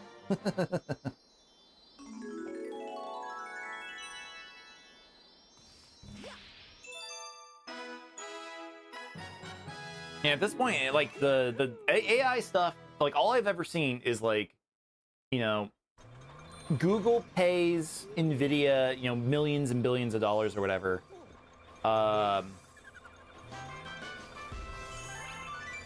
You know, it pays them millions and billions of dollars for RAM or graphics capabilities or server stuff, yada yada, whatever. And then like Nvidia turns around and like gives that money to like OpenAI, the ChatGPT company, and then the ChatGPT company passes that money. Like there's no like money or profits being made. They're just like passing around a bunch of cash to each other. Look at that. I see you brought back some kind of a floaty souvenir. It's a cloud flower. Wow. There's sure some weird stuff out there, huh?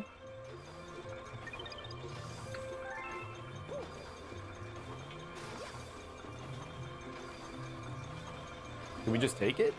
No, it just lives there. Okay. That is kind of neat. Like, the Starship Mario thing is cool. Like, just this, like, silly little ship that just keeps getting new upgrades.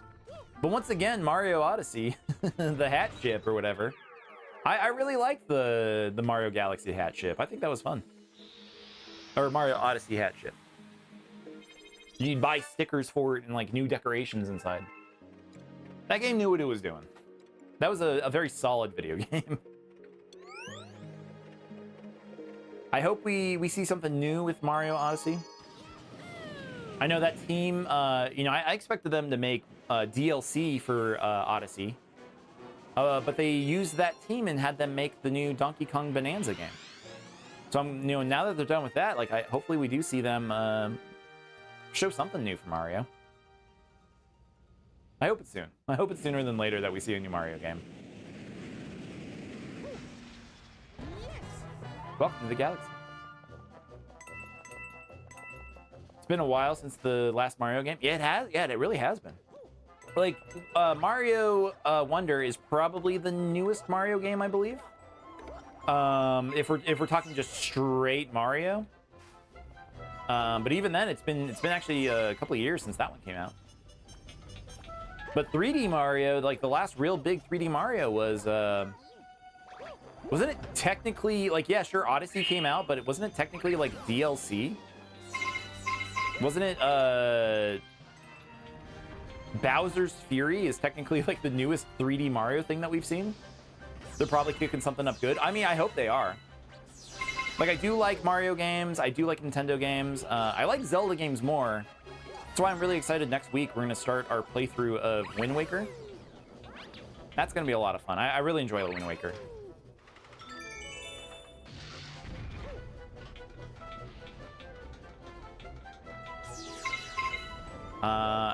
It's Zelda's 35th anniversary, right?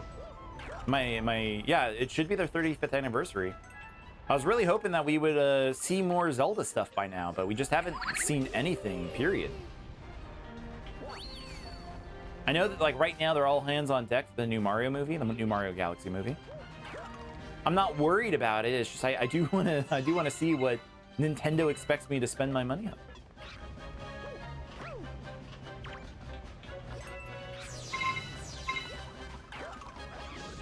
Oh, it's the 40th. Oh, jeez. That's right. I said 35th like it was somehow... Like, I know Zelda as a franchise is older than I am. Yeah, it's 45th for Mario this year. No, you're right. You're absolutely right. First game was in 1986. Yeah. No, you're absolutely right.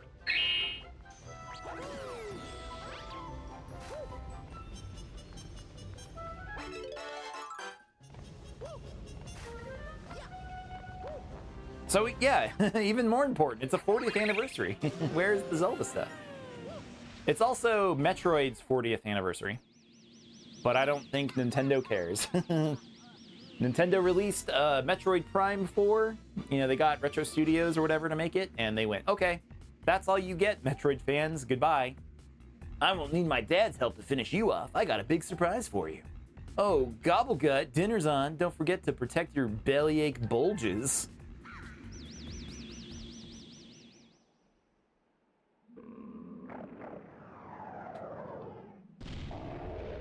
Big Dragon. I like Metroid as a series. I'm not too keen on the Metroid Prime games. I think they're fine. I have no interest in Metroid Prime 4.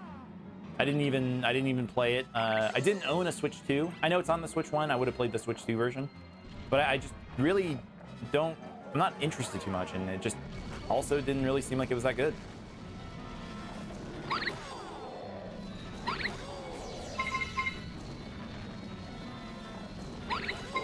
But Metroid Dread is a fantastic game. I love Metroid Dread. Give me more 2D Zelda games, or Metroid games. Like, I'll play those any day.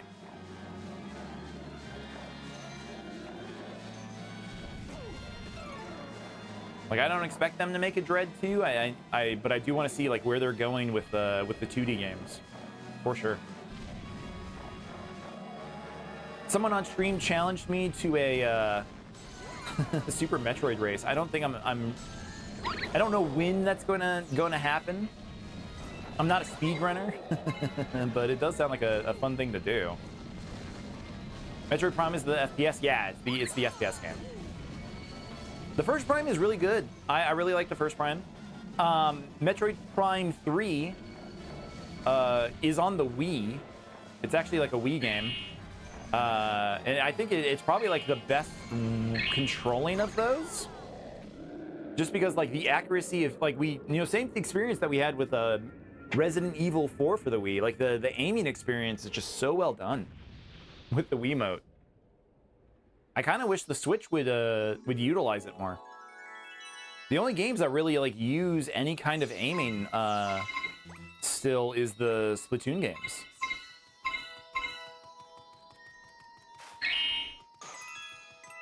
Which is another series I'm excited for. I'm excited to see what they do with Splat, the new Splat game, Splatlands, I think is what it's called. It's like single player only.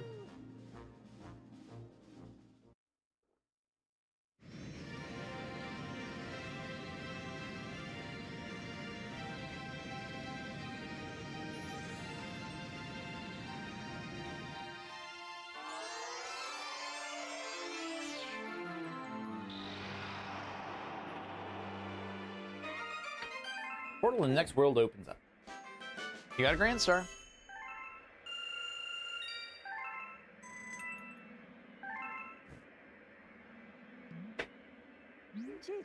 Wish the Switch version of RE4 utilized its features too. I forgot that there is a Switch version of Resident Evil 4. But wait, is it remake? Which version of Resident Evil 4 is on the Switch? We're one step closer to retrieving your special one, buddy. Through time and space, to an unknown world we go. I'm jiggling just thinking about it. Ready, Captain? It's the OG version? Yeah, they should have made that like the Wii version. That's crazy. I didn't know that.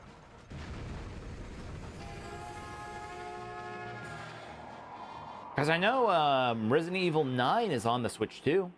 It looks like it runs okay. But that engine that they use for everything, the Resident Evil engine, is so good. Like, they really designed a really capable engine for their games. Wow, look at that. We found an entirely new world. Looks like there should be plenty of power stars here. Go ahead, we're all counting on you, Captain. Game has been saved. Okay.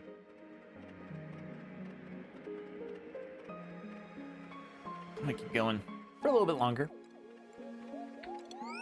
Puzzle Plank Galaxy.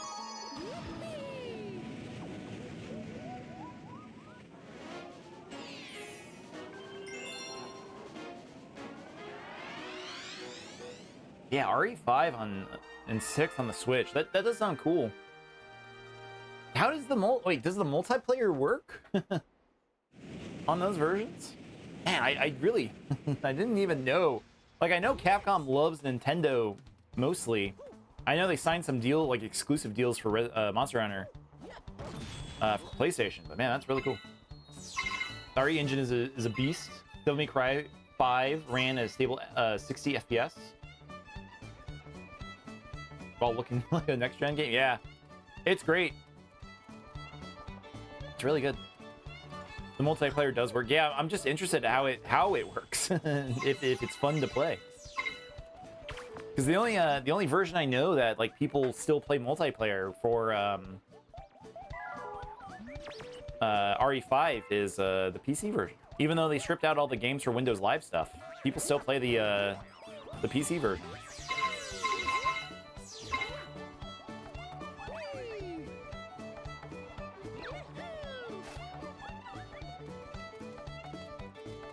But yeah, Devil May Cry is definitely a game that you want running at least 60 FPS. It'd be nicer if it somehow was 120, but I'll take 60.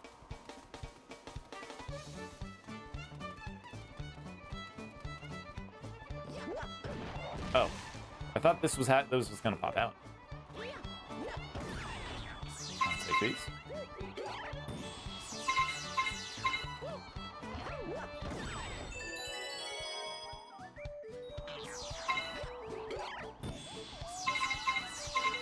DMC always ran at 60 on the PS2. Yeah, I mean, again, like it like for character action games like that, you really want as many frames as possible. It makes sense.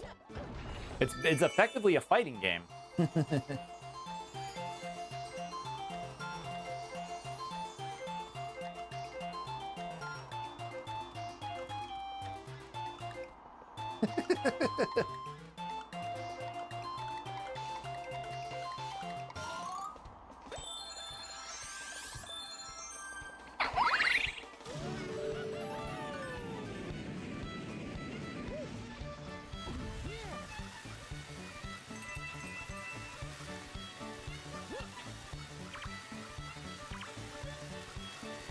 You love DMC. So your favorite series, though RE comes dangerously close. Have you, even like as a curiosity, have you ever played 2? Have you beaten 2?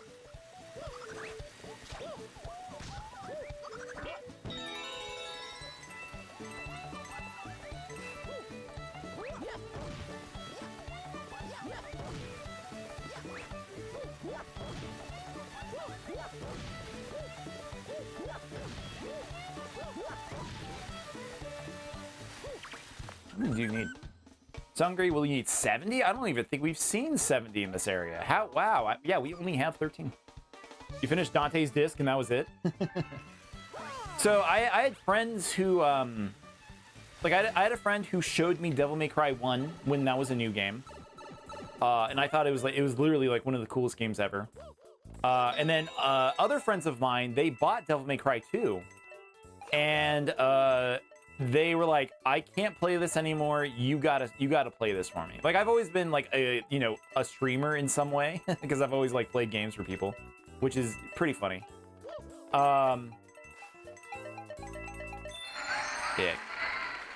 So I've done both. I've done Dante and Lucia. Yeah, Lucia. You never finished it since you didn't do Lucia. It was fine. Like nothing was like really too tough. I know there's like a meme where you can just like all you need in that game is just gun. You could just use gun on everything and just beat the whole game. But it's I don't know. It's definitely like not a great Devil May Cry game. There's so much more that's better. Please give me 1 coin. Don't give me star bits. Oh, that sucks. Aw, dude, I missed 1 coin. I know where that... Wait. We're good. We're good. But yeah, Devil May Cry 3 is my favorite game. Still. 5 is great. 4 is great. Devil May Cry 3 is just so good. I love Young Dante. I love the tower. I bought that game multiple times. I bought the original version when it came out, and then when they came out with... what was it called? Gold Edition? Special Edition. Yeah, when they came out with Special Edition, I bought that one too. And definitely was an improvement. Original Devil May Cry 1 was very hard to play. But 3, oh man, Special Edition 3 is so good. There's a lot of things for the series. Dante looks cool. Like the soundtrack atmosphere. The actual game sucks ass. Yeah. I do like the recap of the Devil May Cry games in Devil May Cry 5, where literally all they say is, hey, Devil May Cry 2 exists, and then like they move on to like the next story beat, which is like technically like Devil May Cry 4. It's very funny.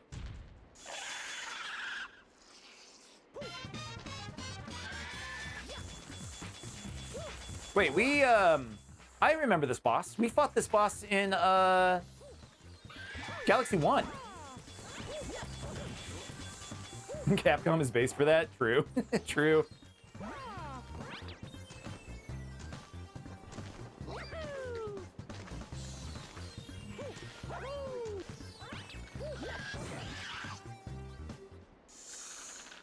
One, 3, and 5 are all somewhat even for you.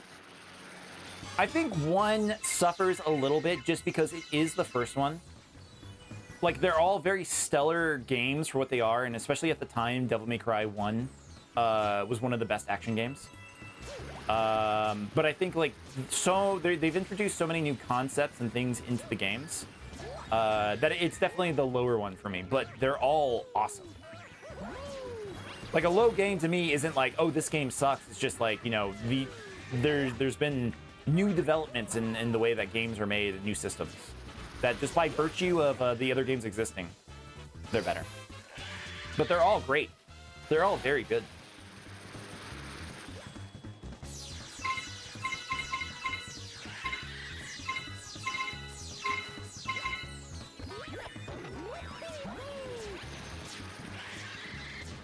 You love DMC because it's basically old school Resident Evil where you play as one of the monsters? Yeah.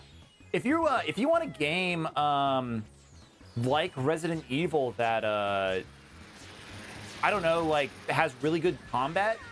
If you haven't, checked out the Onimusha series. Onimusha Warlords got a remake or something recently, and that game's awesome. Like that game is Resident Evil, where you get to use a katana.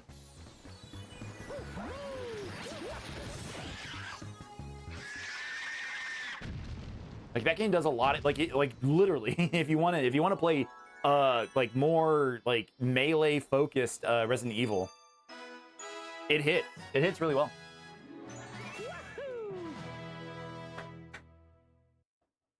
They're probably never going to come out with Onimusha, I think it's Onimusha 3, because it uses like a real actor. Jean-Luc Basset, or I think is what his name is. So they're probably never going to remake that game, unfortunately. But yeah, Onimusha Warlords got a remake recently, or a port. I think it's just like an HD port. And yeah, if you ever have time, definitely check that one out.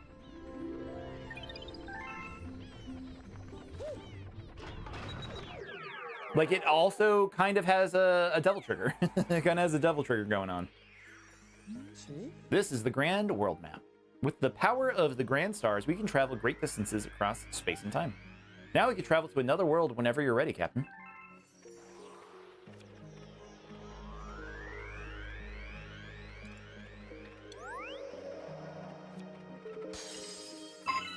Not those.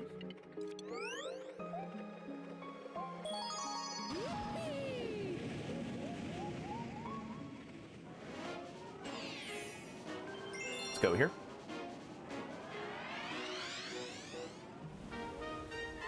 Hot Steppin' Pepper Dash. Or Dash Pepper. Oh, yeah. Wow, I forgot about this stage. I remember a lot about Ninja Gaiden Black is awesome. I recommend that for my Xbox. Didn't that one get a remake somewhat recently? Thought it had. Or one of them got a remake recently. I'm a big fan of Castlevania.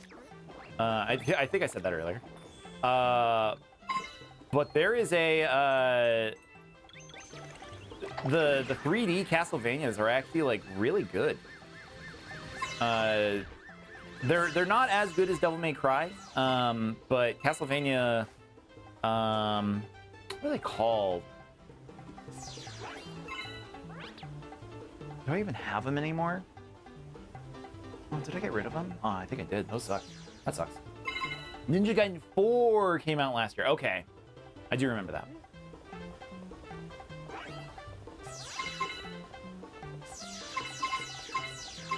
Like there's some jank to the 3D Castlevanias. And I'm not talking about the the Nintendo 64 3D Castlevania game. That game is pretty bad in my opinion. But the PS2 ones are awesome. Those ones are great. Like my grandma got me one of those, and I was like, "Really? Really?" The game with all the demons and blood and stuff. And she's like, "Hell yeah!" Hello, how's it going, Steven? Yoshir, Yoshir, Steven, how you doing? What's your favorite Mario game, Steven?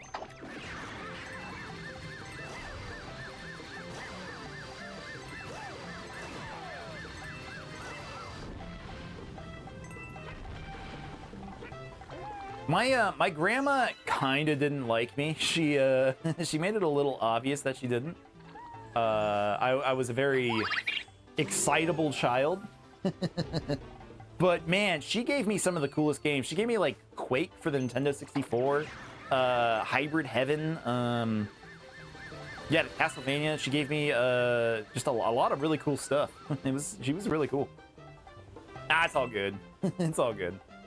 I was a very like I said, excitable child. But this one, really, you like Mario Galaxy 2 the most? I like this game. I personally, I know we're in the middle of it, but you know, I think this one's good. But I do think I like Galaxy 1 just a little bit more.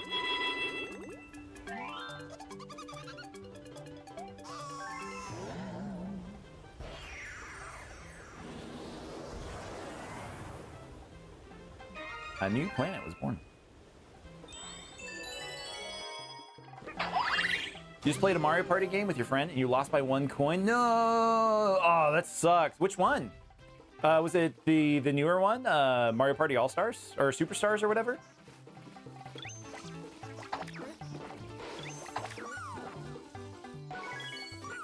I'd love to get that one on the Switch too. I think the new multiplayer features sound great. Never forgive him. Yeah, never. Next time you play, like, you gotta be aggressive. You gotta, like, really go in on it. I'm always the one who does, like, wins the most mini games when I play Mario Party. I don't know, like, I don't, like, I try not to be mean to anyone, like, in particular. I'm just always, like, going, like, what's the best objective for me? Hey, no mercy. Oh, Jamboree. Yeah, Mario Party Jamboree. Not Superstars. Oh wait, Superstars is the Mario Party 1, 2, and 3 pack, right? That one's a lot of fun. I love that they just brought back some of the old maps. I wish they released more maps for that one. That would have been fun.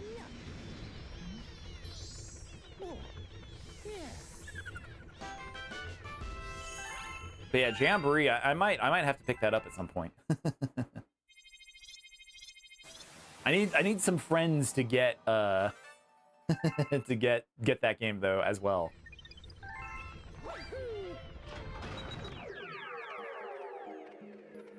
What's my favorite Zelda game? So when I play a Zelda game, I do rank. People do ask me it a lot. So I have ranked out like what I think are my favorites. I can't do this. I think when we were playing through Twilight Princess, my #1 Zelda game, DLC for Mario Party Superstars win. I know that's what I'm saying. But my #1 is Link's Awakening for the original Game Boy. That one is the Zelda game that means the most to me. I think the game design's really fun and interesting. And it's not just like a get Ganon, you know, stop Ganon kind of game. There's a little bit more nuance and like weirdness to it.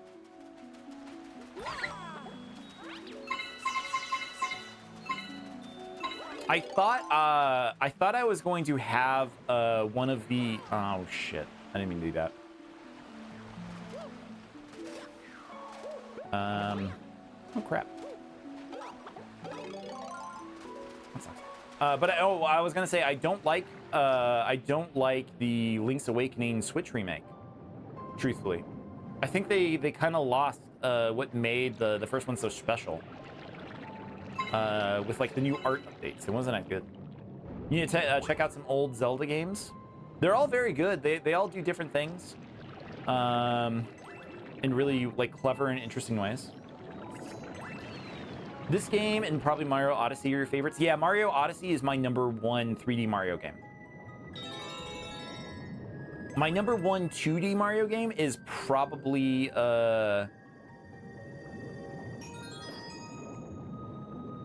2D Mario game is probably Super Mario World.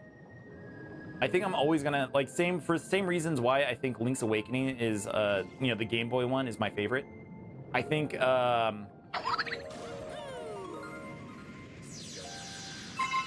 Mario World, but it helps that Mario World is probably one of the best 2D platformers ever made. That and Yoshi and the Mysterious Book when they come out. They'll have visual updates in games. They negate the artistic intent. Yeah, that they definitely like run into that issue with the new Link's Awakening remake. Steven, are you like, do you really think that you're gonna have a great time with the Mysterious Book? I'm a big Yoshi's Island fan. Like, that is my favorite Yoshi game of all time. And I don't feel like any of the other Yoshi games have ever like reached the same level as Yoshi's Island, unfortunately. I just love that game too much.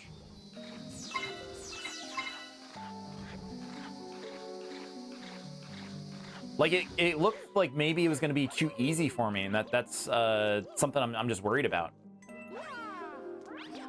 No. The question isn't like, do you know, are you gonna like not, you know? Of course, you, Steven, you're gonna love a Yoshi game. There's nothing wrong with that. But I mean, like, just that one in particular, I think like maybe it's just like missing some of the things from like Yoshi's Island and even like Yoshi's Story. I don't know.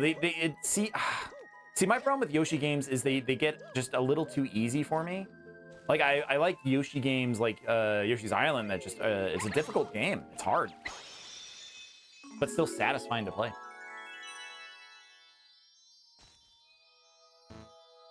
You are gonna have an amazing time with it. Like I don't know. Like it didn't really look like there was like the level design in like what they showed in the trailer just seems like you're just you're walking around as Yoshi, and you're like you don't even get hurt by the enemies. You're just like grabbing them and having like having them do silly activities, which is fine. It's totally fine. But it's just like I want like a stage with like some difficulty there. I'm just a little worried that it's not going to be there. He's always going to be your number one. That's fair. That's fine. That Toad came back with you, right? He sure loves delivering mail. Oh, he has mail for me. Go ahead and humor him. Maybe he's got something for you. What's your favorite colored Yoshi? What's your favorite color of Yoshi? Hey, Mario. I decided to start delivering mail, and my first letter is for you. Dear Mario. Mario, I am very far away right now, but I'm okay. I know you'll come save me. P.S. I've attached something to this letter. I hope it will be useful. Peach. Princess Peach included a 1-up in her letter. Even when she's kidnapped, the princess is so thoughtful. Pink Yoshi is your favorite? Oh, that's cool. Yeah, Pink Yoshi's cool. I think I like Purple Yoshi, or mechanically, I really enjoy Blue Yoshi when he gets wings. When Blue Yoshi gets wings, that's my favorite Yoshi. But then if it's not that one, it's Purple Yoshi. Black Yoshi is cool from Mario or Yoshi's Story.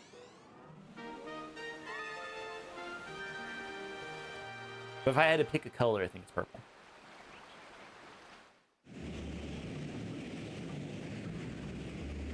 Fluzzard's first flight. I thought this was an enemy. I was like, why am I walking up to him? Fluzzard, he can't fly so well, and he's shy, so shy. But he seems okay with you. Maybe he'll even carry you and glide. Come on, I'll teach you to glide. Will you fly with Fluzzard? Let's glide. Glide, we glide. Here's how you glide. Oh, it's one of these? You enjoyed Crafted World? You don't enjoy Mysterious Book? There's gonna be problems. Have I played Legacy of Kain? I've played Legacy of Kain a little bit. I do have a friend who does pop into my streams from time to time, and they yell at me. They scream at me to play the Legacy of Kain games. And that game also just kind of got like a HD version or something, right? Because as a streamer, I was attempting to get a key. I was trying to get that company to send me a key because I wanted to play Legacy of Kain on stream. And they wouldn't do it. They wouldn't do it. If you glide around through the big sun circle at the end of the forest, you win. But it won't be so easy.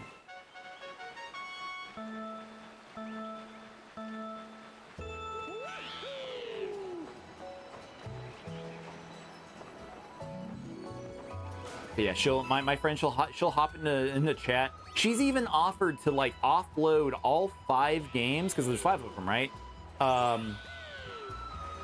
Just for me to play on stream. It's very tempting.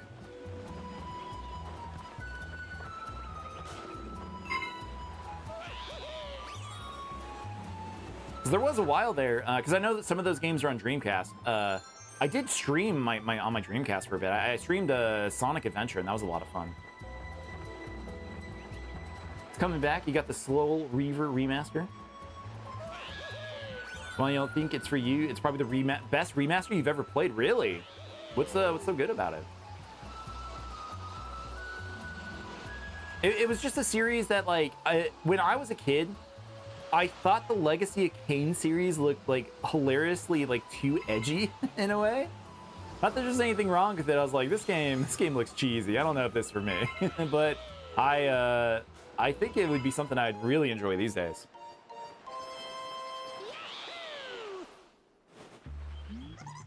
With the press of a button, you can switch between the old visuals and the updated visuals seamlessly, even between cutscenes. Oh, okay. I think, didn't the Master Chief Collection for Halo have that as well?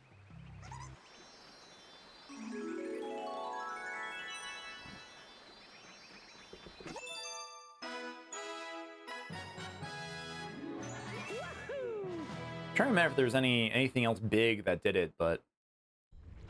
Hey, what's going on, Sick Ray? How you doing? Welcome in. What's your favorite Mario game, Sick Ray?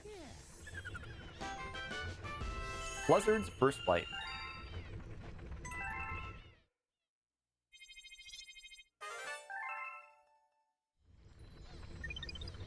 Okay, there's actually something insane with this background.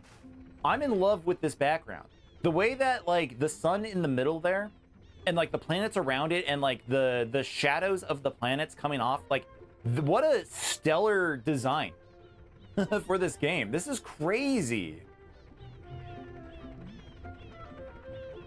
The Wii is such a good console.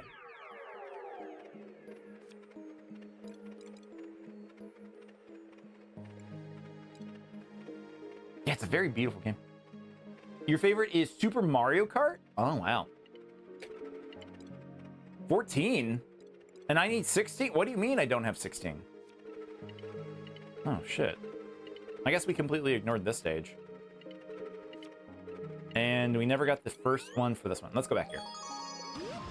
Super Mario Kart was fun. That's a game, for some reason, I considered a neighbor game. I've mentioned, like, the concept of a neighbor game before on stream, but, like, the kind of game that, like, you yourself don't own. You only play it at your friends' houses. You know, a friend game, a neighbor game. So for that one, yeah, that for me, Super Mario Kart, I didn't like it, and it was a neighbor game. But Mario 64, I think, did a much better job.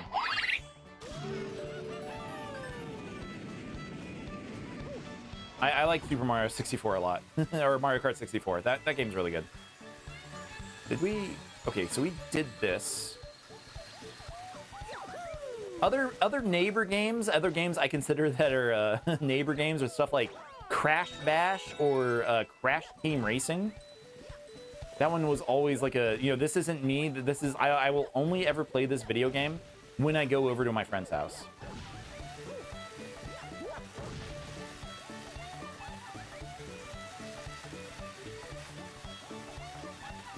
Yeah, you understand what? Okay, you understand what I'm saying. Is there any games that you guys consider neighbor games?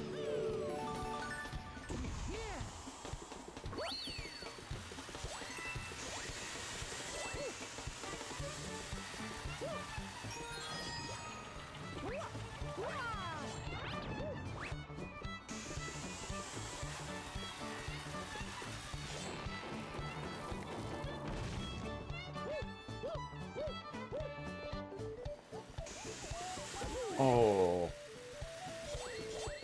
I got wrecked immediately on that one.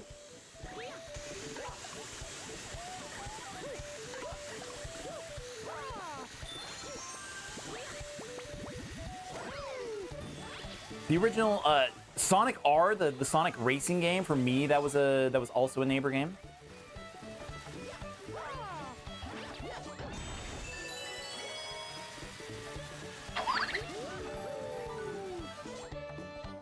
There's something big. I'm trying to... There was like another big game. It just got a remake recently too.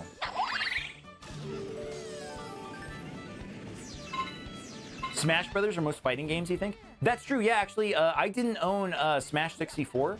That was a game I only ever played at a neighbor's house. Halo. Okay, yeah. Halo was one that I didn't own. Once again, yeah, same, man. Because once again, I didn't own an Xbox.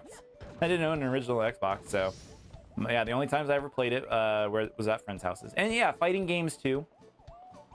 The Dragon Guy Budokai games, I think those games are really cool, but I only ever played those at friends' houses. You think Fortnite? Fortnite is a neighbor's game? Maybe to some generations. My nephew he's talked about like going over to his friend's house and playing Fortnite over there instead of like at his own house before he was allowed to. They would like, I think they would either like pass the controller or they would try playing the 2-player mode. It's not a very good mode.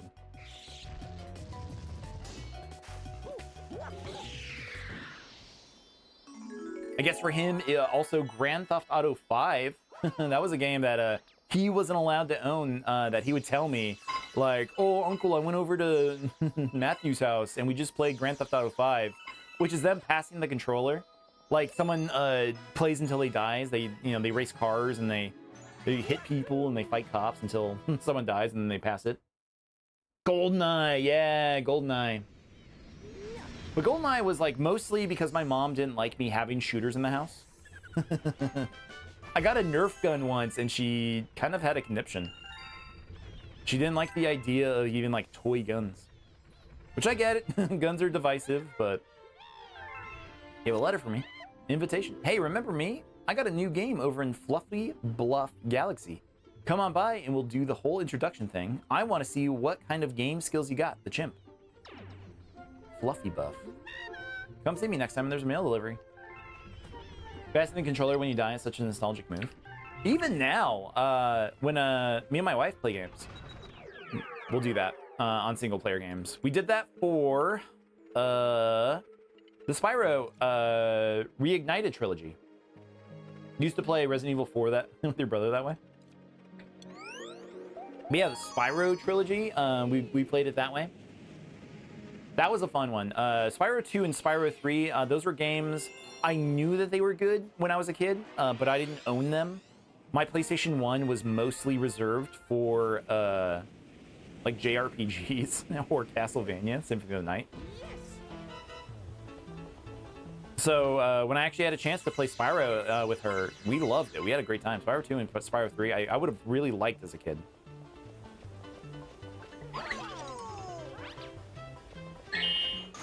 Why did I do that?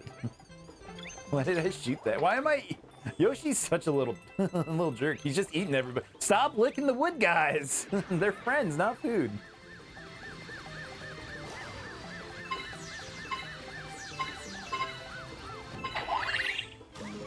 Spyro is your favorite skating game? Those segments were tough. And then like when you got to play as the cheetah when you did those, right? Yeah, those parts were tough, man. Yeah, Yabi, what are you doing? What happened?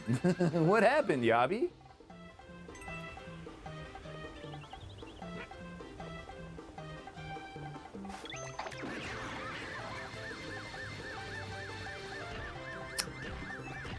Huh. Interesting. Interesting.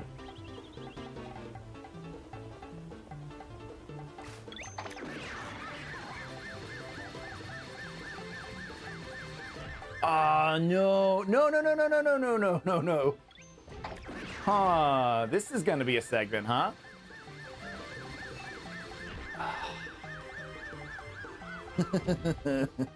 Mario Galaxy 1 would never do this.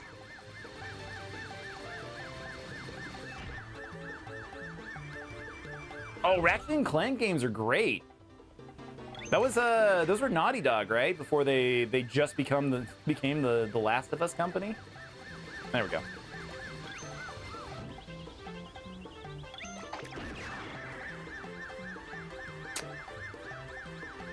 Wait, huh? What did you want me to do in this segment? You want me to run up here, dodge that, and then eat another pepper? Okay. Insomniac. Never mind. Yeah, you're right. Naughty Dog was Jax and Daxter. My apologies. Funnily enough, speaking of Jax and Daxter, I really loved Jax and Daxter 1. The second one, when that came out, I didn't like it. I thought they were just trying, like, they went from like a really fun like 3D collectathon platformer into like some kind of weird Grand Theft Auto game, and I was like, why? Why did you go this way? I was really I was really spiteful about it. I've never played it since. Didn't even look at Jack 3 or Jax X, the racer game, because I was just so disappointed. But Jax 1, Precursor Legacy or whatever, I thought that was like such a really awesome, solid game. Hey, there we go. Yabi, stop. Your skill has brought you very far. Quite a view, is it not? From here, it's clear how important every coin truly is. That's it? Just a life and some wisdom?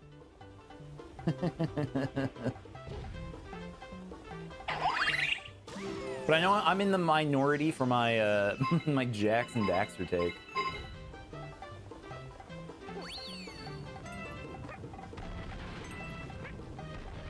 But Insomniac as a company, really, really good. Love that company. Because the Infamous games were awesome. Those were stellar. I think I've loved every single Infamous game I've ever played. They're straight up, like, really solid. You missed out on Jax and Daxter as a kid? You don't really know anything about it? You've heard conflicting things about the sequels too? Yeah, so the first one was a 3D collectathon with like new, like different abilities and powers you would unlock as you played. And then the second game, they went like way edgy with it, and like the guy was a mute in the first game, and in the second one they make him talk, and the first thing he says is like, "Give me a gun," and it becomes like a weird shooter instead. Like he has a devil trigger. He can like transform. You're conflicted as a whole on Naughty Dog. I think the Last of Us series kind of insists upon itself at this point. Them as a company too. I don't think I like the anything I've ever heard like from their development teams, the back end people. Like I think the game director, I'm blanking on his name right now, but I think he's kind of like a pompous jackass. Like I'm not trying to be like really mean about it, but like I think he's just kind of a weird dude in the way that he treats gamers. Like he kind of like doesn't respect that gamers want like good things to play. He feels like they only want, he only wants to make his like sad fucked up little stories. Neil Druckmann, yeah, him. Like, yeah, his games are really good, like, and the stories are interesting, but like the way that they present themselves, kind of leave like a weird taste in my mouth, like when it comes to that series. There we go. But I think that's why the Last of Us television show probably did so well, is because like the stories that they want to tell probably are more well adapted in that format.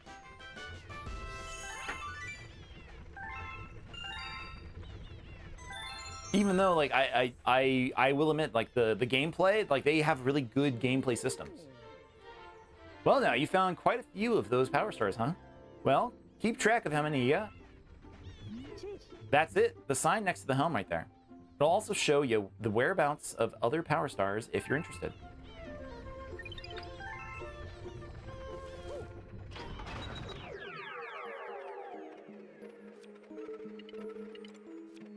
Older Bowl, didn't go here. You also like a game with good replay value, and Naughty Dog games are miserable to revisit because of all the scripted sequences. Oh yeah, that makes sense. Yeah, that makes sense. You thought Uncharted 2 and 4 were great? I've only ever played Uncharted 1, and I didn't have fun with it. I found like the combat sequencing like just, I don't know, obtuse. It felt old, even when it was newer. Like I don't know. Like the entire time I was playing it, like I got the sense that it was cool, But it felt very like generic, like run and gun shooter, like cover shooter from that time. And it really did make me not want to play the other ones. You recommend them? Okay. That's the thing too, is I've heard that those ones are really good. 1 second.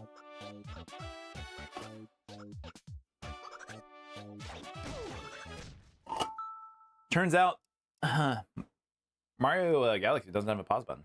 It's really weird.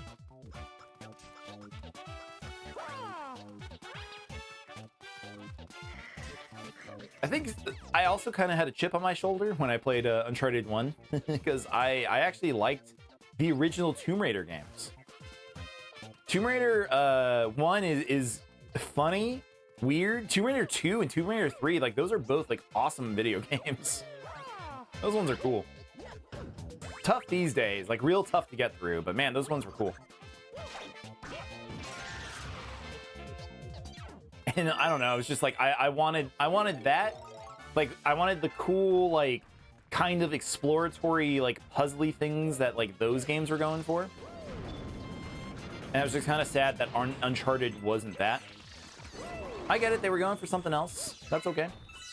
Feel that way about BioShock? You were playing stuff like Fear, COD, and Halo, and BioShock just feels outdated even at the time.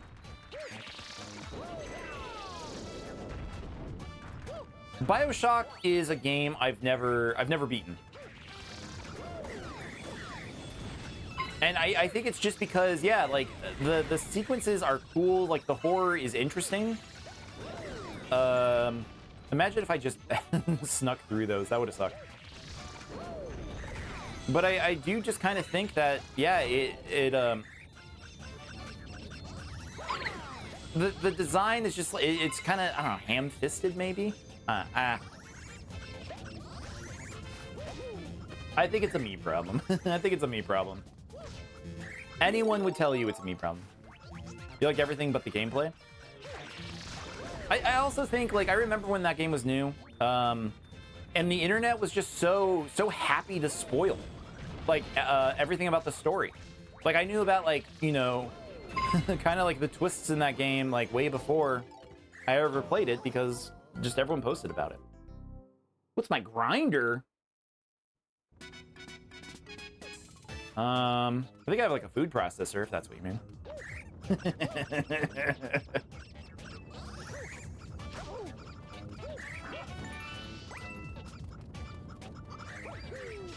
What are you grinding? Oh wait, no, I got a pepper grinder. This is very very dad unk status. My bad.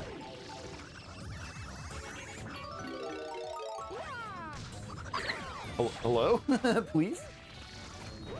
And it's crazy that you're like I'm getting like these kind of like crazy chat messages about grinder when I'm not even on camera. Most people tell me I'm pretty first before asking, but you don't even get to see me.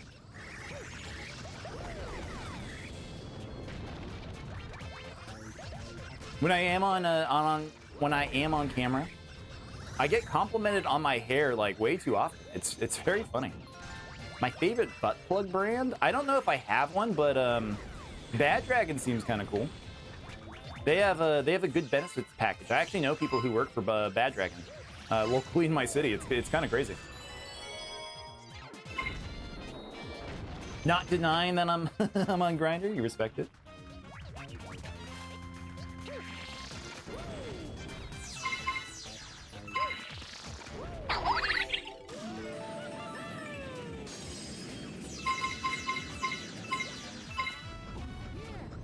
You can find it. It's out there in one piece. That's how it goes, right?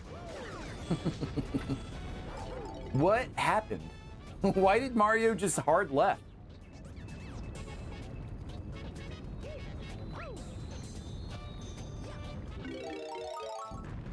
I've never I met my wife way before like apps. Dating apps were a thing. I've never had to like suffer through them. I'm so thankful for that. I do have a great head of hair, thank you. I do, I get a lot of compliments. A lot of women, like, who don't care about video games come into the stream. When I stream on places like TikTok, and they like go like straight up. I do not care about like whatever silly video game that you're playing, but how is your hair so straight? What are you doing? What is your routine? And I just got to be like, you know, head and shoulders. That's it. By wife, do I mean husband? Nope. I don't actually. I mean wife. Silver Fox Riz. It's I don't know. It's cute. I think it's cute. Like, it's never like I'm gonna be like, oh, you know, I'm not ever gonna like capitalize on it and hit on him or anything, but it is cute. No. just a wife, dude. Not everything's I really don't know what to tell you, man. I'm a boring guy that likes playing Mario games. So yeah, nothing crazy, dude.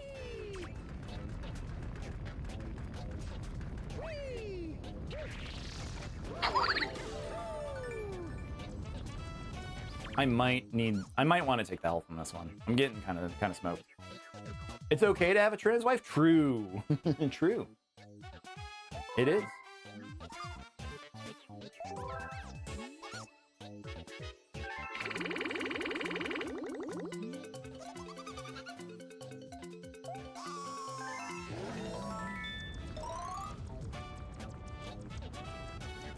Mario, do you want to get the mushroom we just cut? Do you want to like actually play the game, Mario? Or you just want to run around?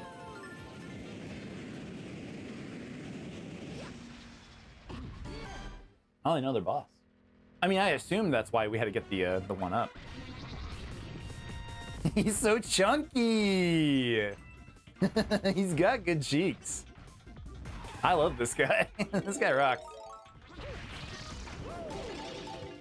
Oh, okay. Okay. Whatever that was, we don't do that. I think we gotta get him in his butt.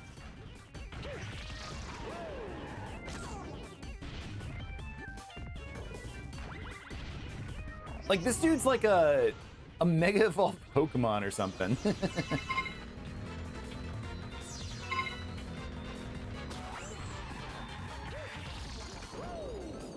Got him.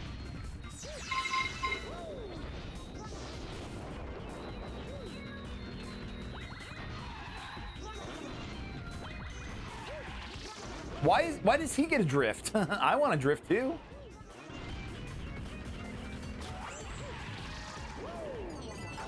Oh no, I've hit him from the side every time.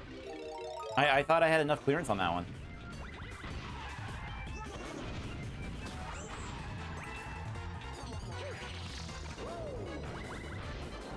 Oh, no way.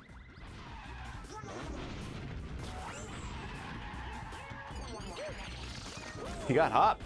He's got hopped. Wait, the fight's still going? The fight's still going! I got scared. I looked away because I thought it was done. I'm so used to Mario games, like just 3 hits and it's over.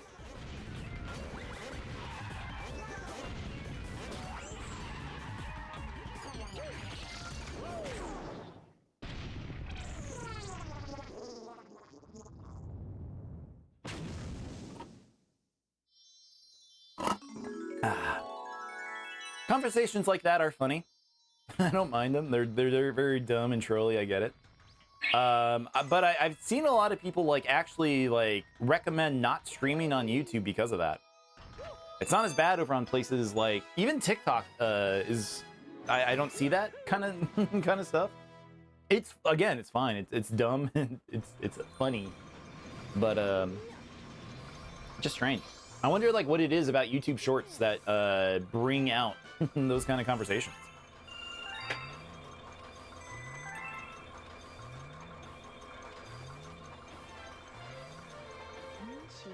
You seem to have brought back a, was it a rock? Huh, yeah, good work there, pal, I guess. Well, looks like we got room for it, so I don't mind having it around.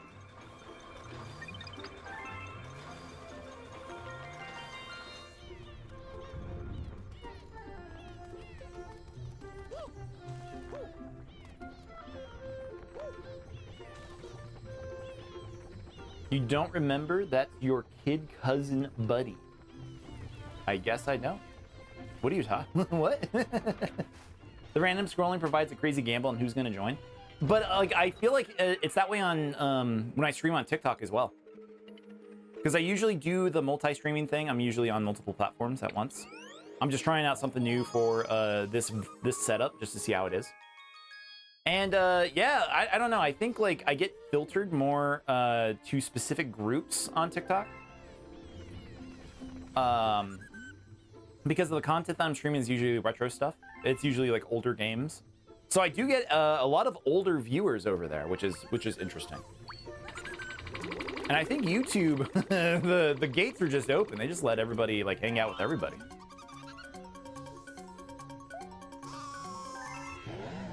But I don't know. I kind of hate TikTok. I kind of hate being over there. It used to be a lot more fun.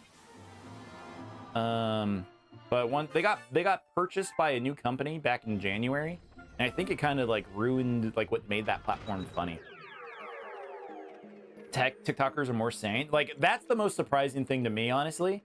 You could have paid me to guess, you know, where the the cooler communities would have been.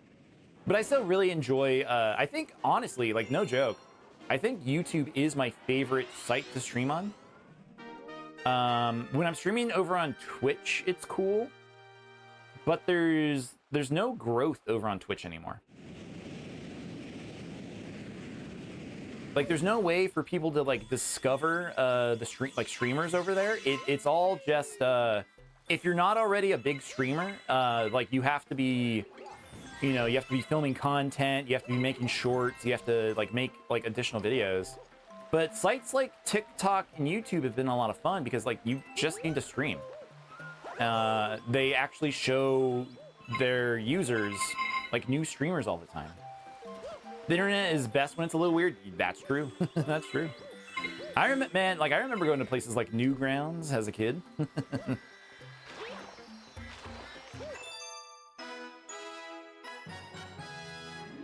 It sucks that there's not really like any like weird places on the internet anymore. It's all just like streamlined into, you know, like Reddit. if you're looking for like information, or you know, if you want to chat with people, like the only place people chat anymore is Discord. Kind of stinks, but it is what it is. I like that. That was it. That was the stage. We beat it. Looks like we have a bee on board. Keep it away from me. I'm allergic. If I get stung, I'll swell right up. I do like watching him though. Thinks he knows any good bee tricks? What's a bee trick? Newgrounds was so good. Did you know? I learned this the other day, and it's still blowing my mind that Newgrounds was like originally a fan site for the company Neo Geo. That's why the name is Newgrounds, Neo, and Geo, Earth, Grounds. It blew my mind. I was like, no way. I can't believe that's what that meant. So like that's what they like originally had started, and then it morphed, you know, it evolved as they like started doing Flash videos and stuff into like what it became.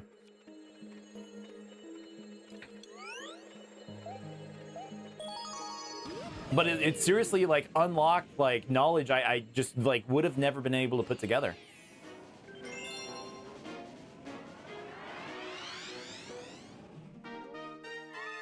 You thought it was from its own? Yeah, I thought it was its own thing too. I had no idea that it was actually like this like a fan site for Neo Geo. Because I remember those Neo Geo arcade machines. I played those, but I never knew anybody who owned like any of the physical Neo Geo consoles. But you know, that's fair, as you know, back in the day, like when those were new, they were like $1,000 or something for one of those. Like they were way too expensive. Like any kid that you knew with a Neo Geo was like, his family was a millionaire family. Like no joke. How high can you fly? You've transformed into Bee, Mario. Hold A to buzz around. But I definitely spent a lot of time on Newgrounds. Definitely played a lot of weird Flash games. It's like when you learned that Devil May Cry was supposed to be Resident Evil 3 and not 4. Yeah, they were, that's true. They were like attempting to work on that kind of thing for a while with just a more action-focused focus thing.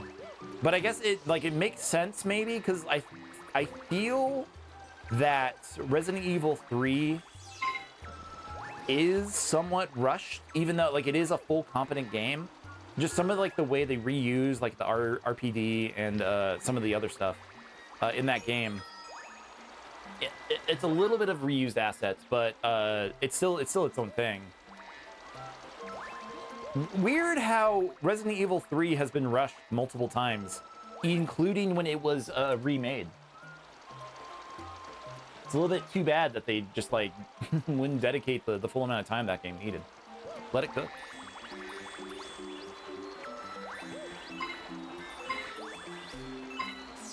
That's one. I think that's like one of the Resident Evil games. Like when I get back into Resident Evil, when we stream a bunch of those games, I'm very curious to see how those are gonna go. I've never beaten Resident Evil 3, so that is one that I'm like really excited to actually check out. My whole experience with that one is just I rented it, so I never gave it like the full birth that it needed. Had some wonkiness, but it's a great conclusion to the trilogy. It's more memorable than 2. Really? I don't know. I know that like Nemesis as an enemy is him saying stars, like just him busting through walls and like having to run away from him. Like I do know, like, yeah, he's very iconic. But I don't know anyone who's ever talked about 3. I never knew anyone as a kid who played it. But you'll think I'll enjoy it, yeah. When we do play it, it is going to be the PS1 version. I'm not going to do a remake. I am waiting on a new PlayStation 1. I do have a PS2 that I could stream it on. But I'm getting a new PlayStation 1. It's technically an emulator, a hardware emulator called the Superstation. So when that comes out, I'll be able to do a lot more PlayStation 1 games. But I think like when we go through the series, like what's probably going to end up happening is I'm probably going to play Resident Evil 1 Remake for the GameCube, just because I think that's probably like the most solid version of that game. I could be wrong. Resident Evil 2 PS1, Resident Evil 3 PS1. We need to have a debate at some point about Code Veronica. Is that like truly like what are we gonna do for Code Veronica? Do I need to suffer through it? And if so, am I playing the Dreamcast version or what?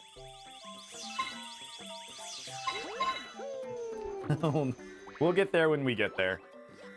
And then we'll probably we'll either skip 4 or we'll play Remake. Finally, like give Remake a try.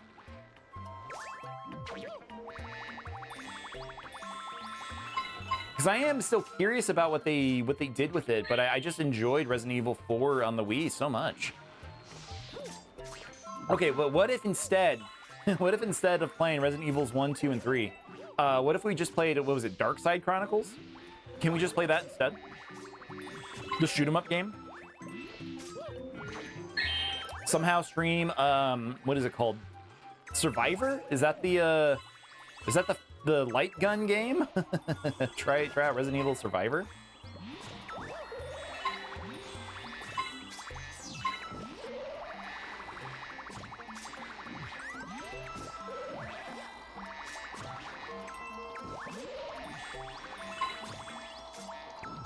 Somehow play the PS2 online Resident Evil games. What were those called? Those were called, was it Outbreak? Just play RE6 and RE3 Remake, that's all you need.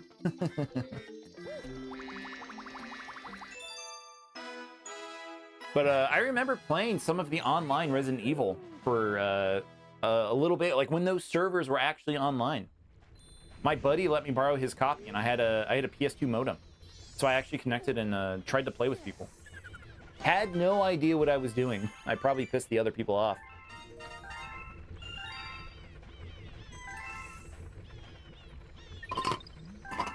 But it's such a weird experience.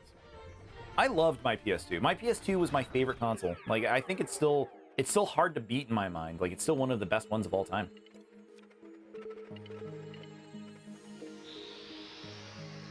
I had the modem. I had the hard drive.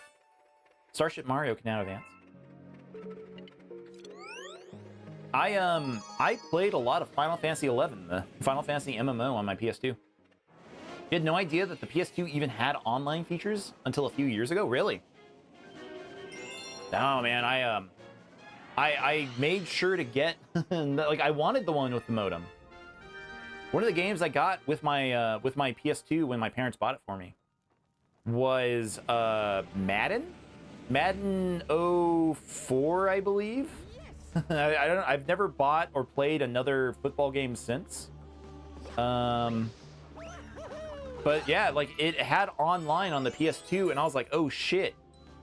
I gotta hook online. Mom, what's the AOL account information? I need to sign in on my my PS2." So it was interesting. But then yeah, played just a disgusting amount of Final Fantasy XI. An absolutely like crazy amount. So I was online on my PS2 every day at one point. I played Tony Hawk Underground,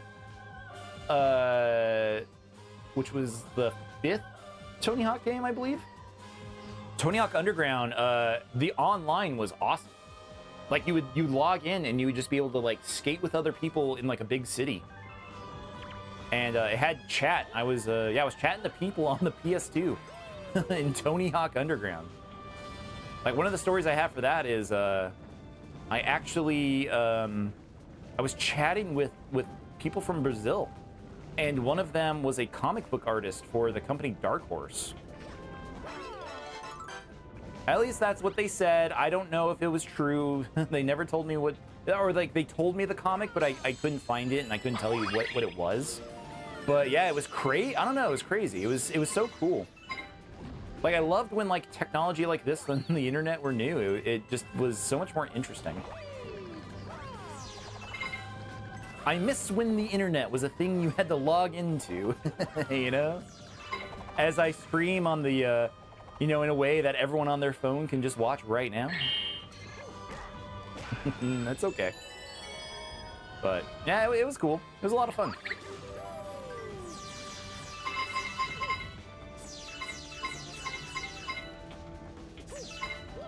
Going back to like Newgrounds, I heard they've resurrected Flash over there. Like they developed their own system, so that way like all of their content, all of the Flash videos and stuff would still work. And yeah, like so like that way animators and whoever could still make Flash videos if they wanted to. Oh, this sucks. Yeah, this sucks. Cool. I love lava. Lava is my favorite mechanic in a Mario game. Stream some Flash games? That would be tempting. I would need somebody to like vet a big pack for me though. Like if people actually wanted to grab some of those, I would find a way to do it. I don't know what I would play. I could play some like older ones. That would be interesting. But I don't know if I, you know, I don't know if I'd play like some of the older ones. Like there was like one of the biggest games on Newgrounds was like a school shooter. Like it again, like not a thing you could really even like do these days. Couldn't even joke about stuff like that anymore. They'd put you on a list if you made a game like that. But I think it was just funny just to see kids being kids. And just like, I don't know, like making games and like movies about like just stuff that was affecting them in their lives. Skull Kid?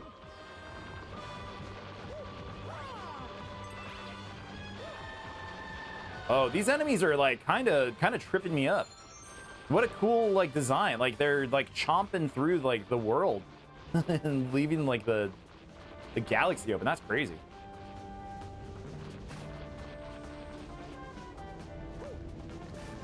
Oh, they brought back the moving blocks. Man, they do so much in this game. Spear Britney. I do remember like playing some of those like dress up games just to see what they were. And going like, oh, that's all it was. Oh, it's porn. It's always porn.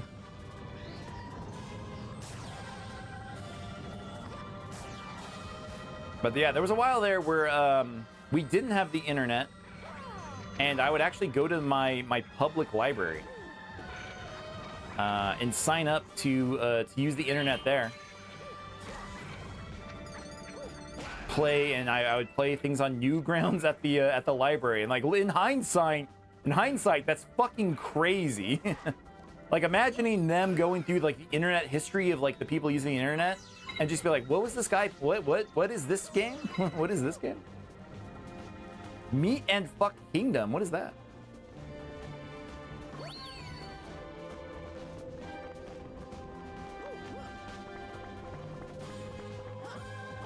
I say it as a joke, but I do remember there were guys, older gentlemen, who would go, and they would just a gratuitous amount of pornography.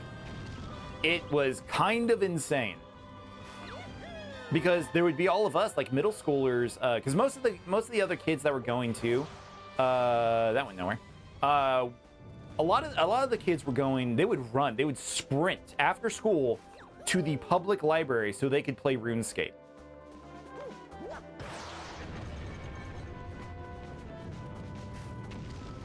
Like I wanted to go to Neopets. I wanted to go to you know, stuff like that. These kids were sprinting just to play RuneScape. So it was always like a fight. So like you'd have like the kids just playing RuneScape on like most of the computers, and then like the random like 50-year-old in between them. Like every time somebody walked by, he would minimize his tabs. He'd minimize the browser. Whoa, you showed up. Look at you running around like a little flea on a puny planetoid. Know what isn't puny? My massive new power. Bowser. Bowser, stop. The power to flatten you like a space pancake. Okay. Yeah, this is, whoever wrote this. I understand all the Bowser art I saw when Galaxy 2 came out now. 100%.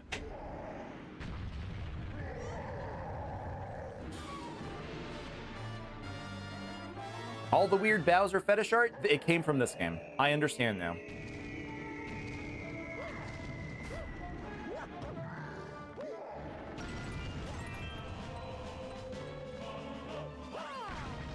Nope.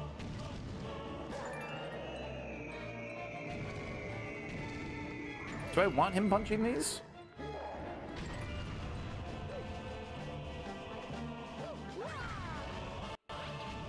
Bowser's a dirty dog.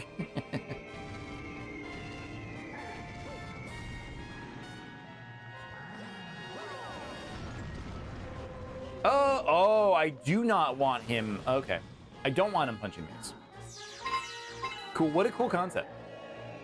I love that Nintendo, like, for going back to Yoshi's Island, they made a cool, like, moon level, and they've been chasing that high ever since. A moon boss fight. If you haven't seen the Yoshi's Island boss fight, it's very cool.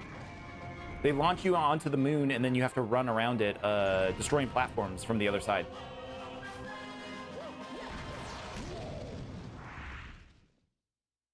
Or not destroying planet. You have to like you hit pegs to hit something on the other side of the planet. It's very cool. Yeah, this is creative. I agree. Nintendo games are always just like interesting. Like there's some of the most interesting video games for me. It's why I like them the most. And it's not, you know, they're never like the toughest. I just love the creativity, like them as a team, them as a developer, like actually put into all the stuff that they make. It's like it's very inspiring.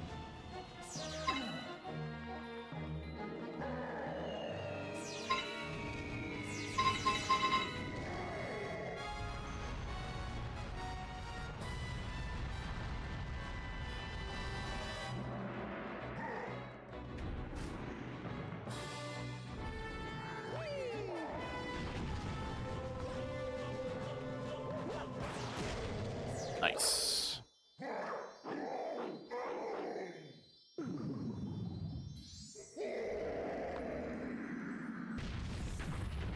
The best feeling a game can give, inspiration. Yeah, like I love when games do something. And one of the games that we streamed was Chrono Trigger, one of the most timeless JRPGs of all time, and just seeing them, you know, like inspire a bunch of young game, you know, kids, young game kids, game devs, and like seeing like their all their work like reach across and do a bunch of really like fascinating, interesting stuff. One of the best.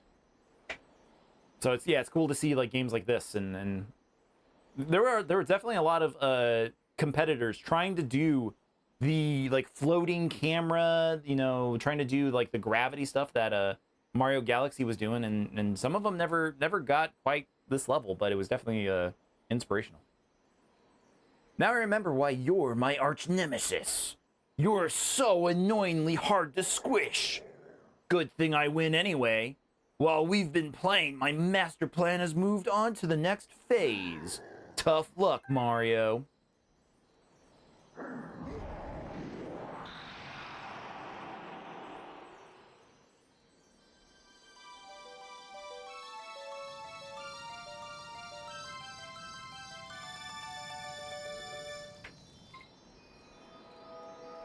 I don't know why the Wiimote just chimed. Yeah! We did it! Grand Star. You got a Grand Star.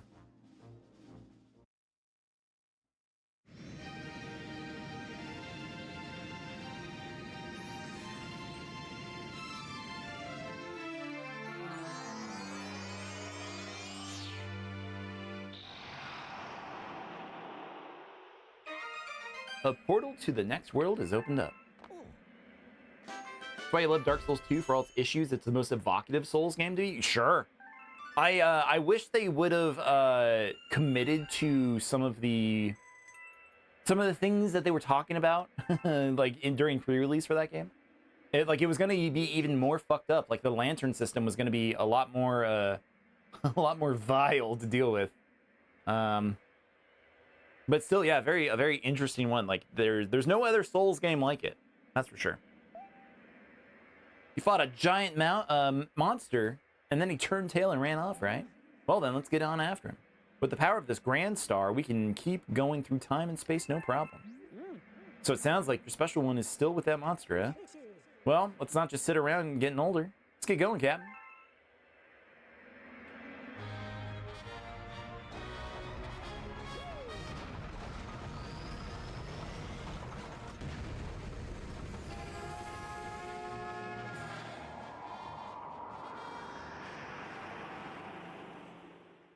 It's honestly the only Souls game you can go back to these days because of how different it feels. I think for me, the one that I've probably gone back to the most is Bloodborne. I just love it so much. Like even the other day, I was like, man, but what if I streamed Bloodborne again? What if I just played Bloodborne again? I really love that one. I love it's so much fun. It's a little grindy if you if you have to deal with certain things, but that's all right. I like Bloodborne.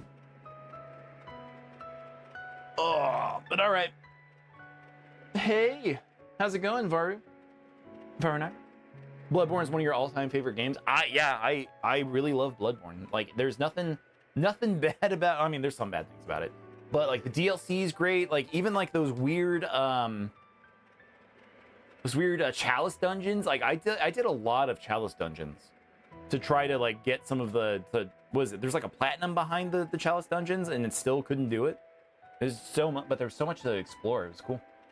You hope I have a nice day? Well, thank you. I hope you do too. Well, I think I'm gonna go ahead and call tonight's stream. We've been going for about 3 hours. I do gotta get going. Bloodborne still has the best parry mechanic. Yeah, no, the gun is it's very good. But yeah, I'm gonna get going. I streamed a lot today. I have actually streamed over on TikTok. I did a separate stream earlier in the day, and then I did this. So this was a lot of talking on a Saturday. I usually don't stream on Saturdays. Usually I am a Sunday, Monday, Tuesday streamer. But I hope to change that and do a little bit more. Yeah, I've really enjoyed hanging out with you too, Yarl. So anytime you want to hang out, like I said, Sunday, Mondays, and Tuesdays, which means tomorrow on Sunday, I will be streaming 8. I want to do it earlier. Hopefully I can do it like 7:30 Mountain Standard Time because I'm in Arizona. Hopefully I can get on early. Tomorrow is community night for my streams. We have a lot of people who want to hang out and play Jackbox with us. So if that's something that interests you, if you want to play some Jackbox, play some multiplayer games with fellow chat members, please come back tomorrow as we play some of those. The plans for this week is Monday. Monday I will be starting Legend of Zelda Wind Waker. And then Tuesday, I'm going to be starting Fatal Frame 2 Crimson Butterfly. And then number 3, day 3, Wednesday. Wednesday is actually going to be a very special stream. I'm going to do a co-op stream with a local friend. So we're going to actually do a lot of multiplayer stuff this week. But I hope you guys have a good night. I wish you well as well. And yeah, I hope to see you guys again. If you haven't subscribed, please subscribe. It helps me out a lot. Shows other people that you're interested in my streams. And if you've already subscribed, thank you. I'm gonna get going. Take care. We'll see you next stream. Have a good night. Bye bye.